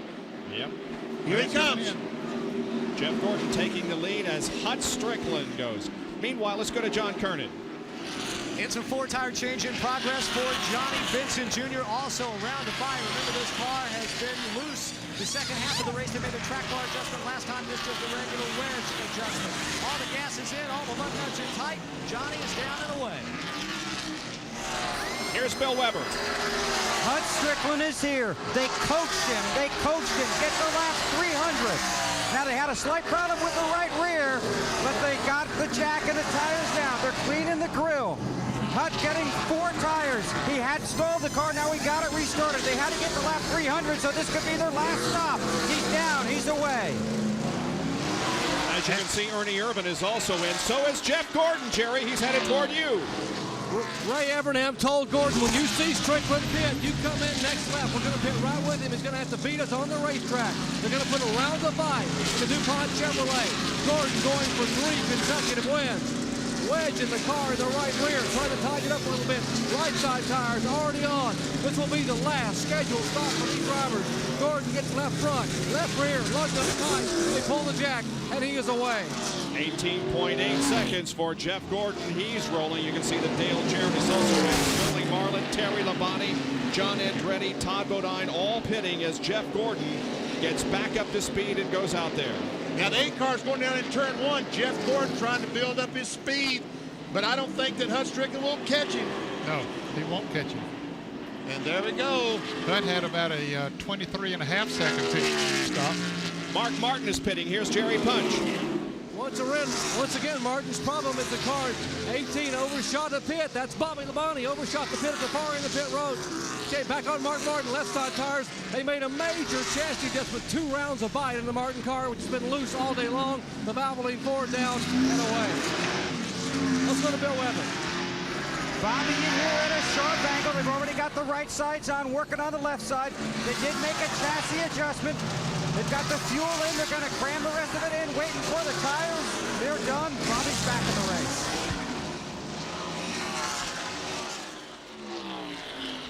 So Bobby Labonte keeping it under 55 miles an hour down pit road. There's the leader, Jeff Gordon.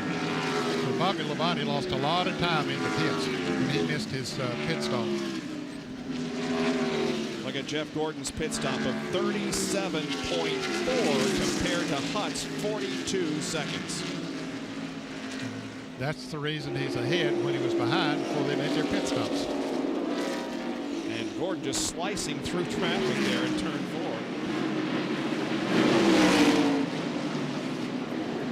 And Hut Strickland has caught him. Is that not the 8 car right behind him? Yep. Yes, it is. Man, oh man, look at Hut go. He looks like Speed Racer, doesn't he? He's a full straightaway ahead. I know he was. Just a couple of laps ago. Man, oh man, that 8 car Look is at this. a rocket, and here he takes the lead. Strickland goes back to the front. Wow.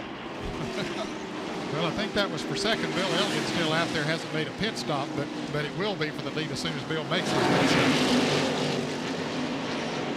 That's according to the scoreboard, but now I guess yeah, I think I saw Jeff and Hut both pass him on the racetrack before he came in for a pit stop. But in any case, Hut Strickland and Jeff Gordon up front in the Mountain Dew Southern 500.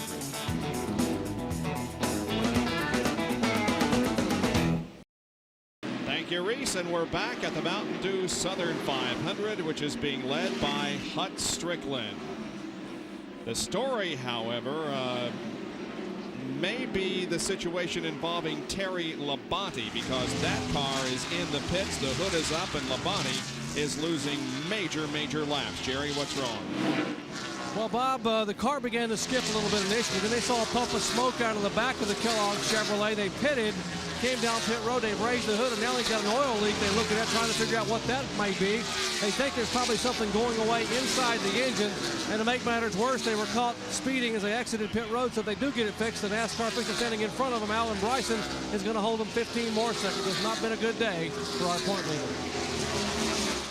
And we understand also the 77 car of Bobby Killen is having a problem in 20th position. Now let's go back and take a look at the pit stop that Hut Strickland had just a few laps ago. Benny, go ahead. Right here, the grill. Let me clear that again. Right there, the grill. No one is cleaning the grill. The car is stopping. They're changing the tires. But no one is cleaning the grill. Now, as they go around to the left side, someone's going to come across with a hose. But I believe that was a water hose and not an air hose. They're just spraying water in there, trying to cool the thing down. If there is debris on there, that's water they're spraying there. No one ever knocked the debris off. And they said he was overheating before. That's what's wrong, probably what's wrong with the 5 car, the 77 car. They're probably overheating and burning pistons. But the car's running well. Still in the lead, John Kernan. What's wrong with the 77? Speculation was it could be an engine problem because they saw some smoke, but it turned out the right side fenders had been pushed down on the tires, so it was just a tire rub. Bill Elliott, who was running in 3rd place, has come in and changed 4 tires, but he lost a lot of time out on the track. The first time he wanted to come into the pits, he was blocked, could not get onto pit road, so he had to go. He'd already slowed way down, had to go all the way back around, come back, and take on 4 tires. Let's go to Jerry Punch, who's been Gary Dehart. Gary, how bad is it? We heard that they had some smoke and then you had possibly an oil leak. Well, the motor started overheating because there's so darn much trash on the racetrack. We kind of must have cooked a gasket or something. It's leaking some oil somewhere. I think we'll be able to finish the race, but it's leaking oil somewhere. Well, not a good news for our current point leader. They're going to try to ride it out, but certainly down not even close to what they had run earlier today. That has been a problem here at this racetrack forever. Overheating. I won by 14 laps. That's how it did it. Everybody heated, overheated, blew their engines. Yep. By the way, Terry is back in 26th position now, 7 laps down. Now, Dale Jarrett, the report was that he was not feeling well. Fumes getting into the cockpit. He's coming down pit road. We see him putting his hand out the window, trying to get a little bit of air in, hoping to blow some air in on his face. Get away, John. Get all that water. Over here to the left. Over here.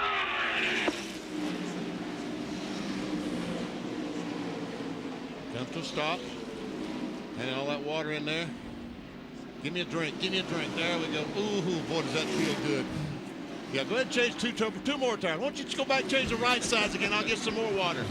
They dropped him a towel in there to help comfort him. Go. Good job. Good job, guys. Dale Jarrett, who is running in 15th position, 2 laps down. The situation is Hut Strickland leading over Jeff Gordon, Mark Martin, Ernie Irvin, and Ken Schrader with 318 out of 367 laps completed. Welcome back to live coverage of the Mountain Dew Southern 500 from Darlington Raceway in South Carolina. We're looking from Kenny Schrader's car back onto the leader of the race, Hut Strickland. Now let's show you how points are awarded in NASCAR Winston Cup competition. 1 through 6, there's a 5-point interval between each. 7 through 11 descend by 4 points, and then 12 through 46 by 3 points. You pick up 5 bonus points for leading a lap and 5 for leading the most laps. So it is conceivable that the second place finisher, if he leads the most laps, can earn as many as the winner of the race. Now, if points were awarded right now, as we speak, Jeff Gordon would narrow the margin to 29, other from Terry Labonte. Dale Jarrett would actually gain a few points and be 94 out of the lead. Earnhardt 161 and Mark Martin 340. So despite the fact that Dale Jarrett apparently is not going to win the Winston Select Million here this afternoon. He's trying to salvage a good run, and if things continue the way they are, he would actually gain in the point standings, and that championship is worth more than $1 million. Bud Strickland is driving his car like it's overheating. You see, he's not following the 25 car down the straightaway, which would help him. He's instead moving over, trying to get some air in the grill of the car. It looks like. Ken Schrader in 5th place, the 25 car, the Budweiser Chevrolet. So now they're just 5 cars on the lead lap. You see there, Gordon's not that far behind. You say, well, Ken Schrader is trying to help his teammate. Ken Schrader is trying to help himself, folks. He does not want to go that lap down to the leader in case there's a caution flag. Here comes Ernie Irvin in for a pit stop. He relinquishes 4th position. Yeah, this would be a little bit early. Bill Weber, he was in not too long ago. They weren't planning on making another stop, but Ernie thought he had a left rear going down. That's what the radio communication was. They put on right side tires. Now they're going to change all 4. So this clearly an unscheduled stop for Ernie Irvin. Thought he had a tire going down. They're going to have to give him 4 fresh ones, send it back out under green with running 4th. That'll cost him a lot of points.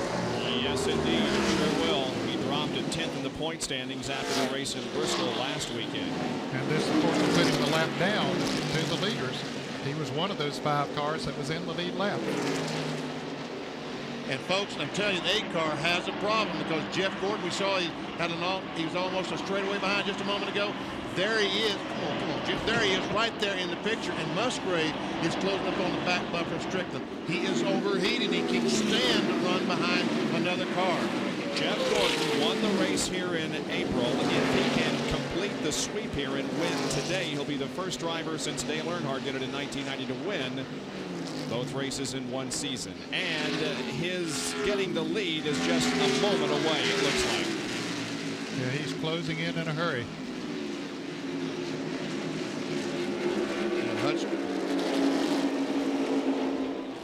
Benny, they're saying from the pits that it isn't a problem right now, overheating.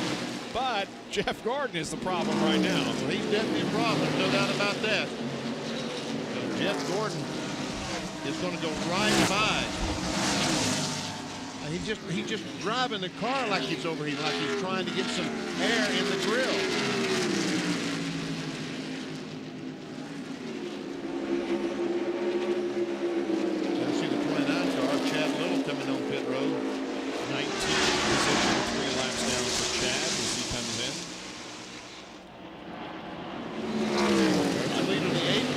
Strickland, Circuit City. Jeff Gordon, 24, 2nd place. That's trying to hold off the challenge, but he's got some traffic to go through here ahead of him. That's, of course, Ted Musgrave just ahead of him. Gordon's going to be very patient here. He's not going to make any, he sees that traffic, doesn't want to get himself in a position there to bump somebody or somebody. Now Hut's going to try to use the advantage that the door that Ted Musgrave opened to get by Schrader, and he does it. That's the 4th place car. He just put a lap down. So really there are only 3 cars left on the lead lap. Mark Martin is the only other car on the lead lap besides these 2 right here, the 8 car and the 24. Now if Musgrave in the 16 will drive away from them, maybe Hut Strickland will be able to run wide open and get enough air in the grill. Again, we're saying there's no problem in the pits, and I'm saying there is a problem. He drives like there's a problem.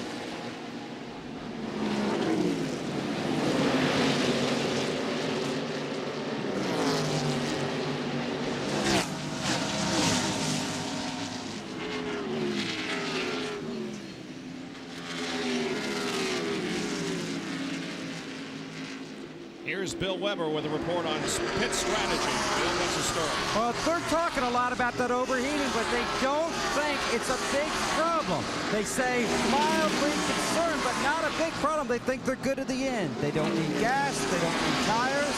They're ready to go to hopefully deliver Hut Strickland his first ever NASCAR Winston Cup victory to Jerry Conn. Well, Bill, before I talk about fuel, I want to talk about what's going on in the Gordon pit. They're watching the 8 car. They say it's spitting water. They think it's going to blow. They think this car is going to overheat and blow because they're seeing some water come out of the back of the 8 car right now. The 24 car can make it on fuel. So can the 6 car of Mark Martin and the 25 of Kenny Schrader. They're okay on fuel. The question is, can the 8 make it on water inside the car? Let's go to John Kernan. Jerry, no drama back here on the backstretch. The highest runner, Johnny Benson, in the 5th position right now, a lap down. And Johnny's crew tells me, hey, no problem. We will make it on fuel without a problem. Actually, Johnny running in, I guess, 6th spot. No, you were right first time, John. He's 5th. John Andretti 6th. Bobby Labonte 7th. John Andretti, I believe, has gotten around the 30 car there now. And he is running in front of him. Yeah. All right. Here we go. There's the leaders, the 8, Hut Strickland, the 24 of Jeff Gordon, and heavy traffic in front of those 2 leaders. And less than 32 laps to go. The next car up in front of Hut Strickland is Dale Earnhardt. He is in 11th position, 1 lap down at the moment, but if they catch him and pass him, he would be 2 laps down. There's Earnhardt trying to make up some time, and he knows the leaders are coming in on him. Face we saw a moment ago, Felipe Lopez. Now Earnhardt goes inside and outside of Spencer. That's Earnhardt vintage driving. Reporters saying that Johnny Benson may have some type of problem. Yeah, because Andretti passed him and ran away from him. What's the situation, John? Well, right after John Andretti passed him and put him into the 6th position, Johnny Benson radioed in and said, man, I've got a heavy vibration. I will try and ride it out as far as I can. But Doug Hewitt and the crew said, no, come on in. We will change 4 tires. And maybe you just had a tire going down. There's no sense in having a tire blow and having you get in the wall and hurt yourself. So it's a 4-tire change for Benson. Left side's going on right now. Johnny Benson down and away. What would have been possibly a top 5, surely a top 10 finish, has gone by the wayside. That discretion being the better part of valor in that situation. Now we see again Jeff Gordon within just a car length of the leader, Hut Strickland. 338 of 367 completed. It's Strickland, Gordon, Martin, Schrader, and Andretti.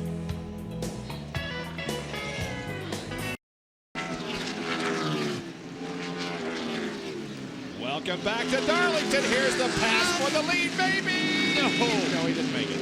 Boy, Gordon got a run off that turn 2. We thought he was going to hit the wall, and he got a run off of that turn 2 and almost went by Hut Strickland going into turn 3. But couldn't quite do it. He does run so high up in that corner, but man, does he get a run off the corner. Our Western Auto Mechanic of the race. This is no real surprise, and major congratulations to Felipe Lopez, the crew chief on Hut Strickland's car, has won the Western Auto Mechanic of the race honors. All right, good for him. That's great. He deserves probably it. the first time that's ever happened to Felipe, I'll bet. I bet it is. He's done a great job today. He and Hut Strickland, his entire crew. The Stavola brothers, I bet Billy and Mickey Stavola are just thrilled to death.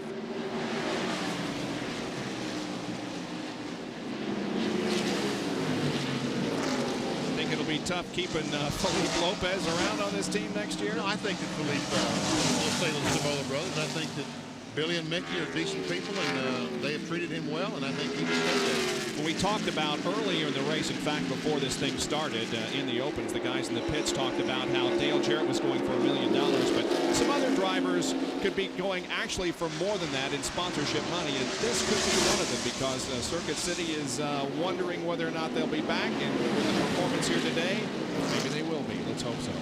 They should be. Yeah, they should. We'll give them a vote. Yeah, I think board of directors up there, I vote you stay in there with them. Yes, sir, because they are performing here today. Coming up on 22 laps to go, and Hut Strickland continues to hold off the advance of Jeff Gordon. Ned, I know one good way that they would stay in racing. If everybody listening, they'd run out tomorrow and buy television in Circuit City. There you go. Well, I did a few weeks ago. I did my part. See Ernie Irvin after making that pit stop. Now, I tell you, Jeff Gordon up high again. He's going to get a great run on the 8 car. Here he comes, trying to take a look. Can he do it? No. Man. Now, there's Ernie Irvin coming up. And of course, Ernie made that pit stop. He's 2 laps down, so he's trying to get back one of those laps. He has fresher tires, and he should be able to motor right on by. Ernie's in 9th position, 2 laps down. Sometimes Jeff goes in this corner, gets up high right in the edge of that gray stuff and gets such a bite. He gets a tremendous run off that corner. But right now, Ernie Irvin got a great run and goes by him. We can see 21 laps to go. Bill Weber with more on Hut Strickland. Well, I just talked to Philippe. I said, can you hold off the 24? He goes, I think so. I said, how are your temperatures? He goes, I don't know. I told Hut to stop looking. Did you see Ernie Irvin almost lose control as he came off the 4th corner? Sure did. Did you see Felipe Lopez just jump right out of his skin? But here, Jeff Gordon's got a tremendous run this time. Here he goes. Now he may have the run that he knows.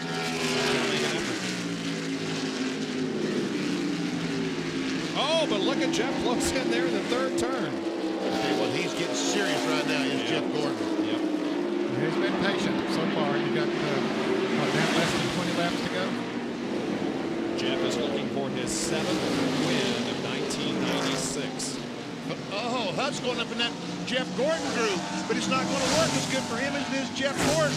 Jeff may try it again here down the backstretch. Nope. But Hut won't back off. We've already seen him going that turn on the outside and just kept going right on in there.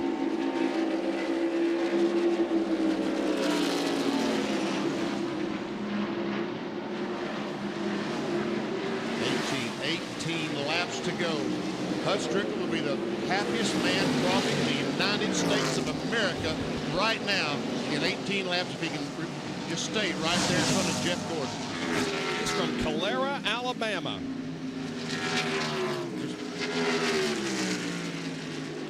Well, we got to take a break. But right now, Hut Strickland holds off the advance of Jeff Gordon. Mark Martin is 3rd, then Schrader and Andretti back after this.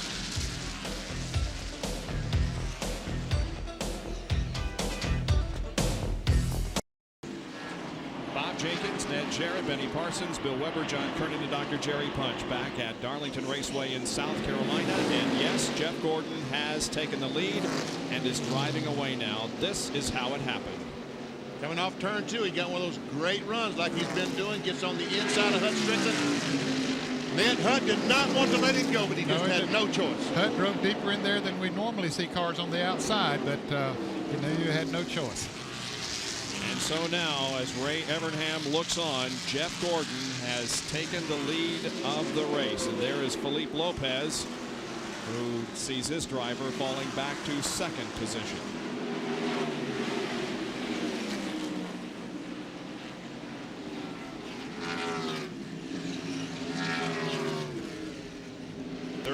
Laps led so far for Jeff Gordon. He will not earn the 5 bonus points for leading the most laps.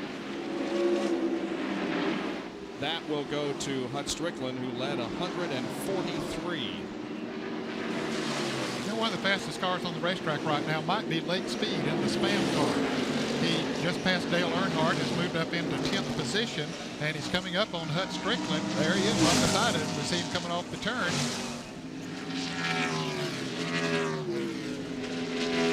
Lake on the move. Coming up on 10 laps to go for Jeff Gordon. Jeff Gordon, he and Ray Evernham have just worked some magic over the past few years getting this car to handle. He goes down to turn 1. He goes right up to the top of the racetrack. As a matter of fact, if he'd move that wall about 6 feet, he'd probably be up there still against the wall.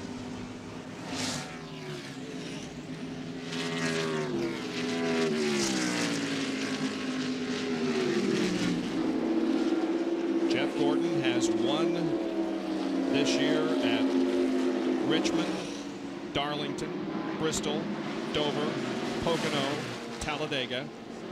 Now may win his 2nd race of the year in Darlington, which would be victory number 7. And he also would close to within 24 points of Terry Labonte, who is back in 26th position, 9 laps down. And again, Dale Jarrett's quest for the Winston Select Million will not happen today. He is 15th, 2 laps down after sliding in some oil up into the wall early in the race. There is Dale, though. But again, He's not going to come out of here in too bad a shape because he's going to gain, let's see, he was 127 points behind going in, and he's going to come out of here, if he finishes where he is, 94 points behind, so he's actually going to gain in the point standings. That, of course, check will be awarded at the NASCAR Winston Cup Awards Banquet at the Waldorf Astoria in New York in December. Jeff Gordon now with less than 7 laps to go. We've had 29 lead changes today, the most since 1982, when a record 41 occurred in the Southern 500.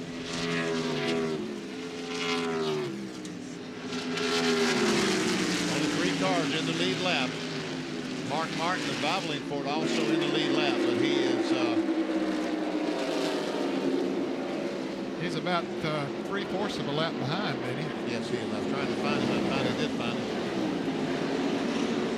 We'll just let all of us drive our camera position. You can adjust your favorite driver and see who's still on the racetrack. There's Todd Bodine. If you're not familiar with that black and white hood, Jeff Bodine.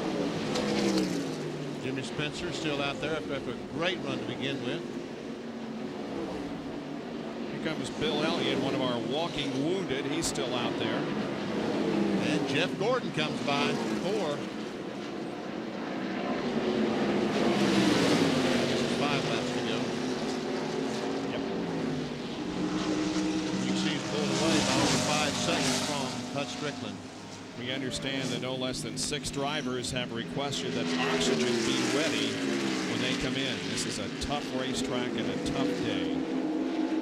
Jeff Gordon to the outside of Bobby Hamilton, putting another lap on him. Bobby's in 19th position, and there are 4 laps to go in the Southern 500.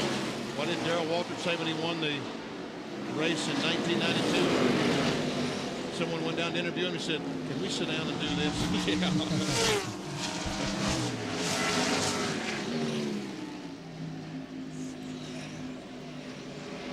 Racing next Saturday night under the lights at Richmond International Raceway. Here's a battle for position between Dale Earnhardt and Johnny Benson for 11th. And Benson takes it over. Remember, he made that extra pit stop, had a vibration, but has come back out. He's 2 laps down. Earnhardt is also.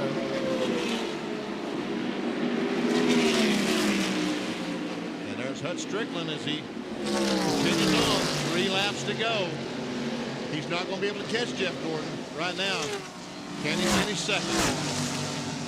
Mark Martin running in 3rd spot. That does have a big lead on Mark Martin. So unless something happens, you know, he should be able to hang on to that. So Hut will equal his best career finish. Here comes Mark. There he is. I don't think Hut has much to worry about losing second unless something drastic happens here in the last 2 laps.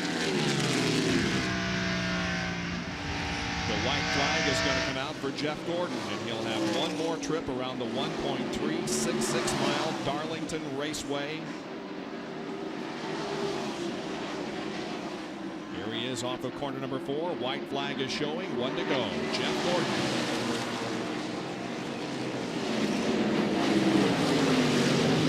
One more lap, and he will repeat as the Southern 500 winner. In fact, he will win. Ray Evernham can't look.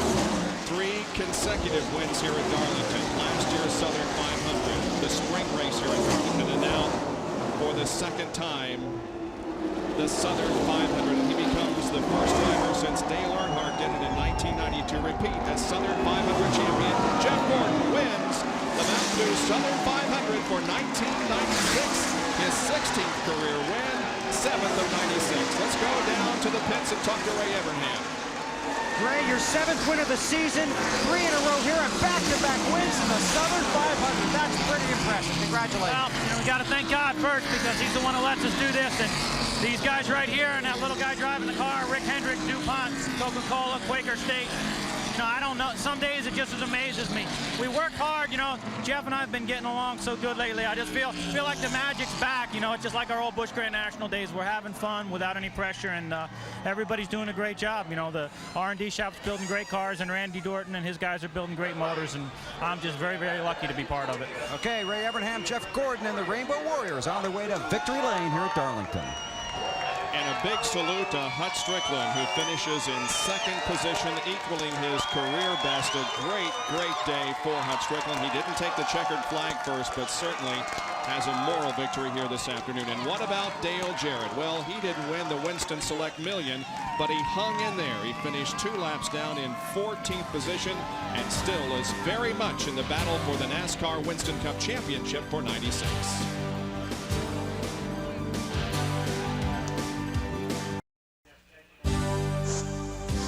ESPN Speed World presentation of the Mountain Dew Southern 500 from Darlington, South Carolina, being brought to you by the more than 1,400 AutoZone stores across America. AutoZone, the best parts in auto parts. By Pennzoil Motor Oil, first to fully achieve the tougher 1997 GF2 performance standards. By McDonald's, on the track and now our restaurants, just watch us cook. And by the NASCAR Story. To order, call 800-71-NASCAR. Victory Lane celebration is about to begin. Here's the McDonald's Winner's Circle interview and Dr. Jerry Punch. Bob, what a celebration down here. Jeffrey, congratulations, 3 in a row here at Darlington. Unbelievable, Jerry. Yeah, tell you, Lord was with us today. This is just an unbelievable place, and we came from behind. This team, I tell you, I got to take my hat off to the whole DuPont Chevrolet team. They worked real hard, and the car wasn't perfect all day long. This is one of those tough places you just got to be around at the end, and we were. And it's a good thing I didn't have to really fight anybody those last 10 laps, because I absolutely could not see anything on my windshield. I didn't think I was going to get by Hut. I think he might have had a little bit of a problem with his engine going away, but I finally got beside him, and I tell you, it's just a lot of hard work and dedication, and this is awesome. Our second Southern 500, 3 in a row at Darlington, and I'm psyched. This young man is absolutely incredible. Let's check in with Bill Weber, standing by with the guy who almost pulled it off, Bill. And Hut Strickland's here surrounded by the press. Congratulations, a great run for you. Thanks, Bill. You know, I tell you, I want to say thanks to everybody at Circuit City and CarMax and Kendall Motor Oil. I tell you, that thing hung in there today. I tell you, the temperatures went out of sight, and still oil kept running. But did you have a rub in the front end there at the end, Hut? Well, I think I did. Me and Ernie got together a little bit off 4, I guess it was, and when got against my left front fender a little bit, and I think it bent it in, but caused us to tighten up maybe a little bit. But it was still a good run for us. We'll take second and just build on that. You know, we've been working hard all year and just trying to get in the top 10, and you know, it seems like we're either you know, at the top or the bottom. We can't seem to be in between. Okay, well, today made it to the top 2. Here are the unofficial results, and the little yellow markers indicate those that led a lap. The double mark indicates that Hut Strickland led the most laps. The margin of victory, Jeff Gordon over Hut Strickland, 5.2 seconds. Take a look at the rest of the results. We remind you that the IndyCar race, the Molson Indy Vancouver, is coming up in just a moment, as the IndyCar Championship could be decided later today. We'll see you next time in Richmond, Virginia this coming Saturday night. Let's take a look at the point standings as we go into that event. Terry Labonte remains on top. Jeff Gordon just 24 behind. Jarrett just 91 behind. Dale Earnhardt 161 behind. My thanks to Benny Parsons, Ned Jarrett, Bill Weber, John Kernan, and Dr. Jerry Punch. This is Bob Jenkins, and this has been a presentation of ESPN, the worldwide leader in sports.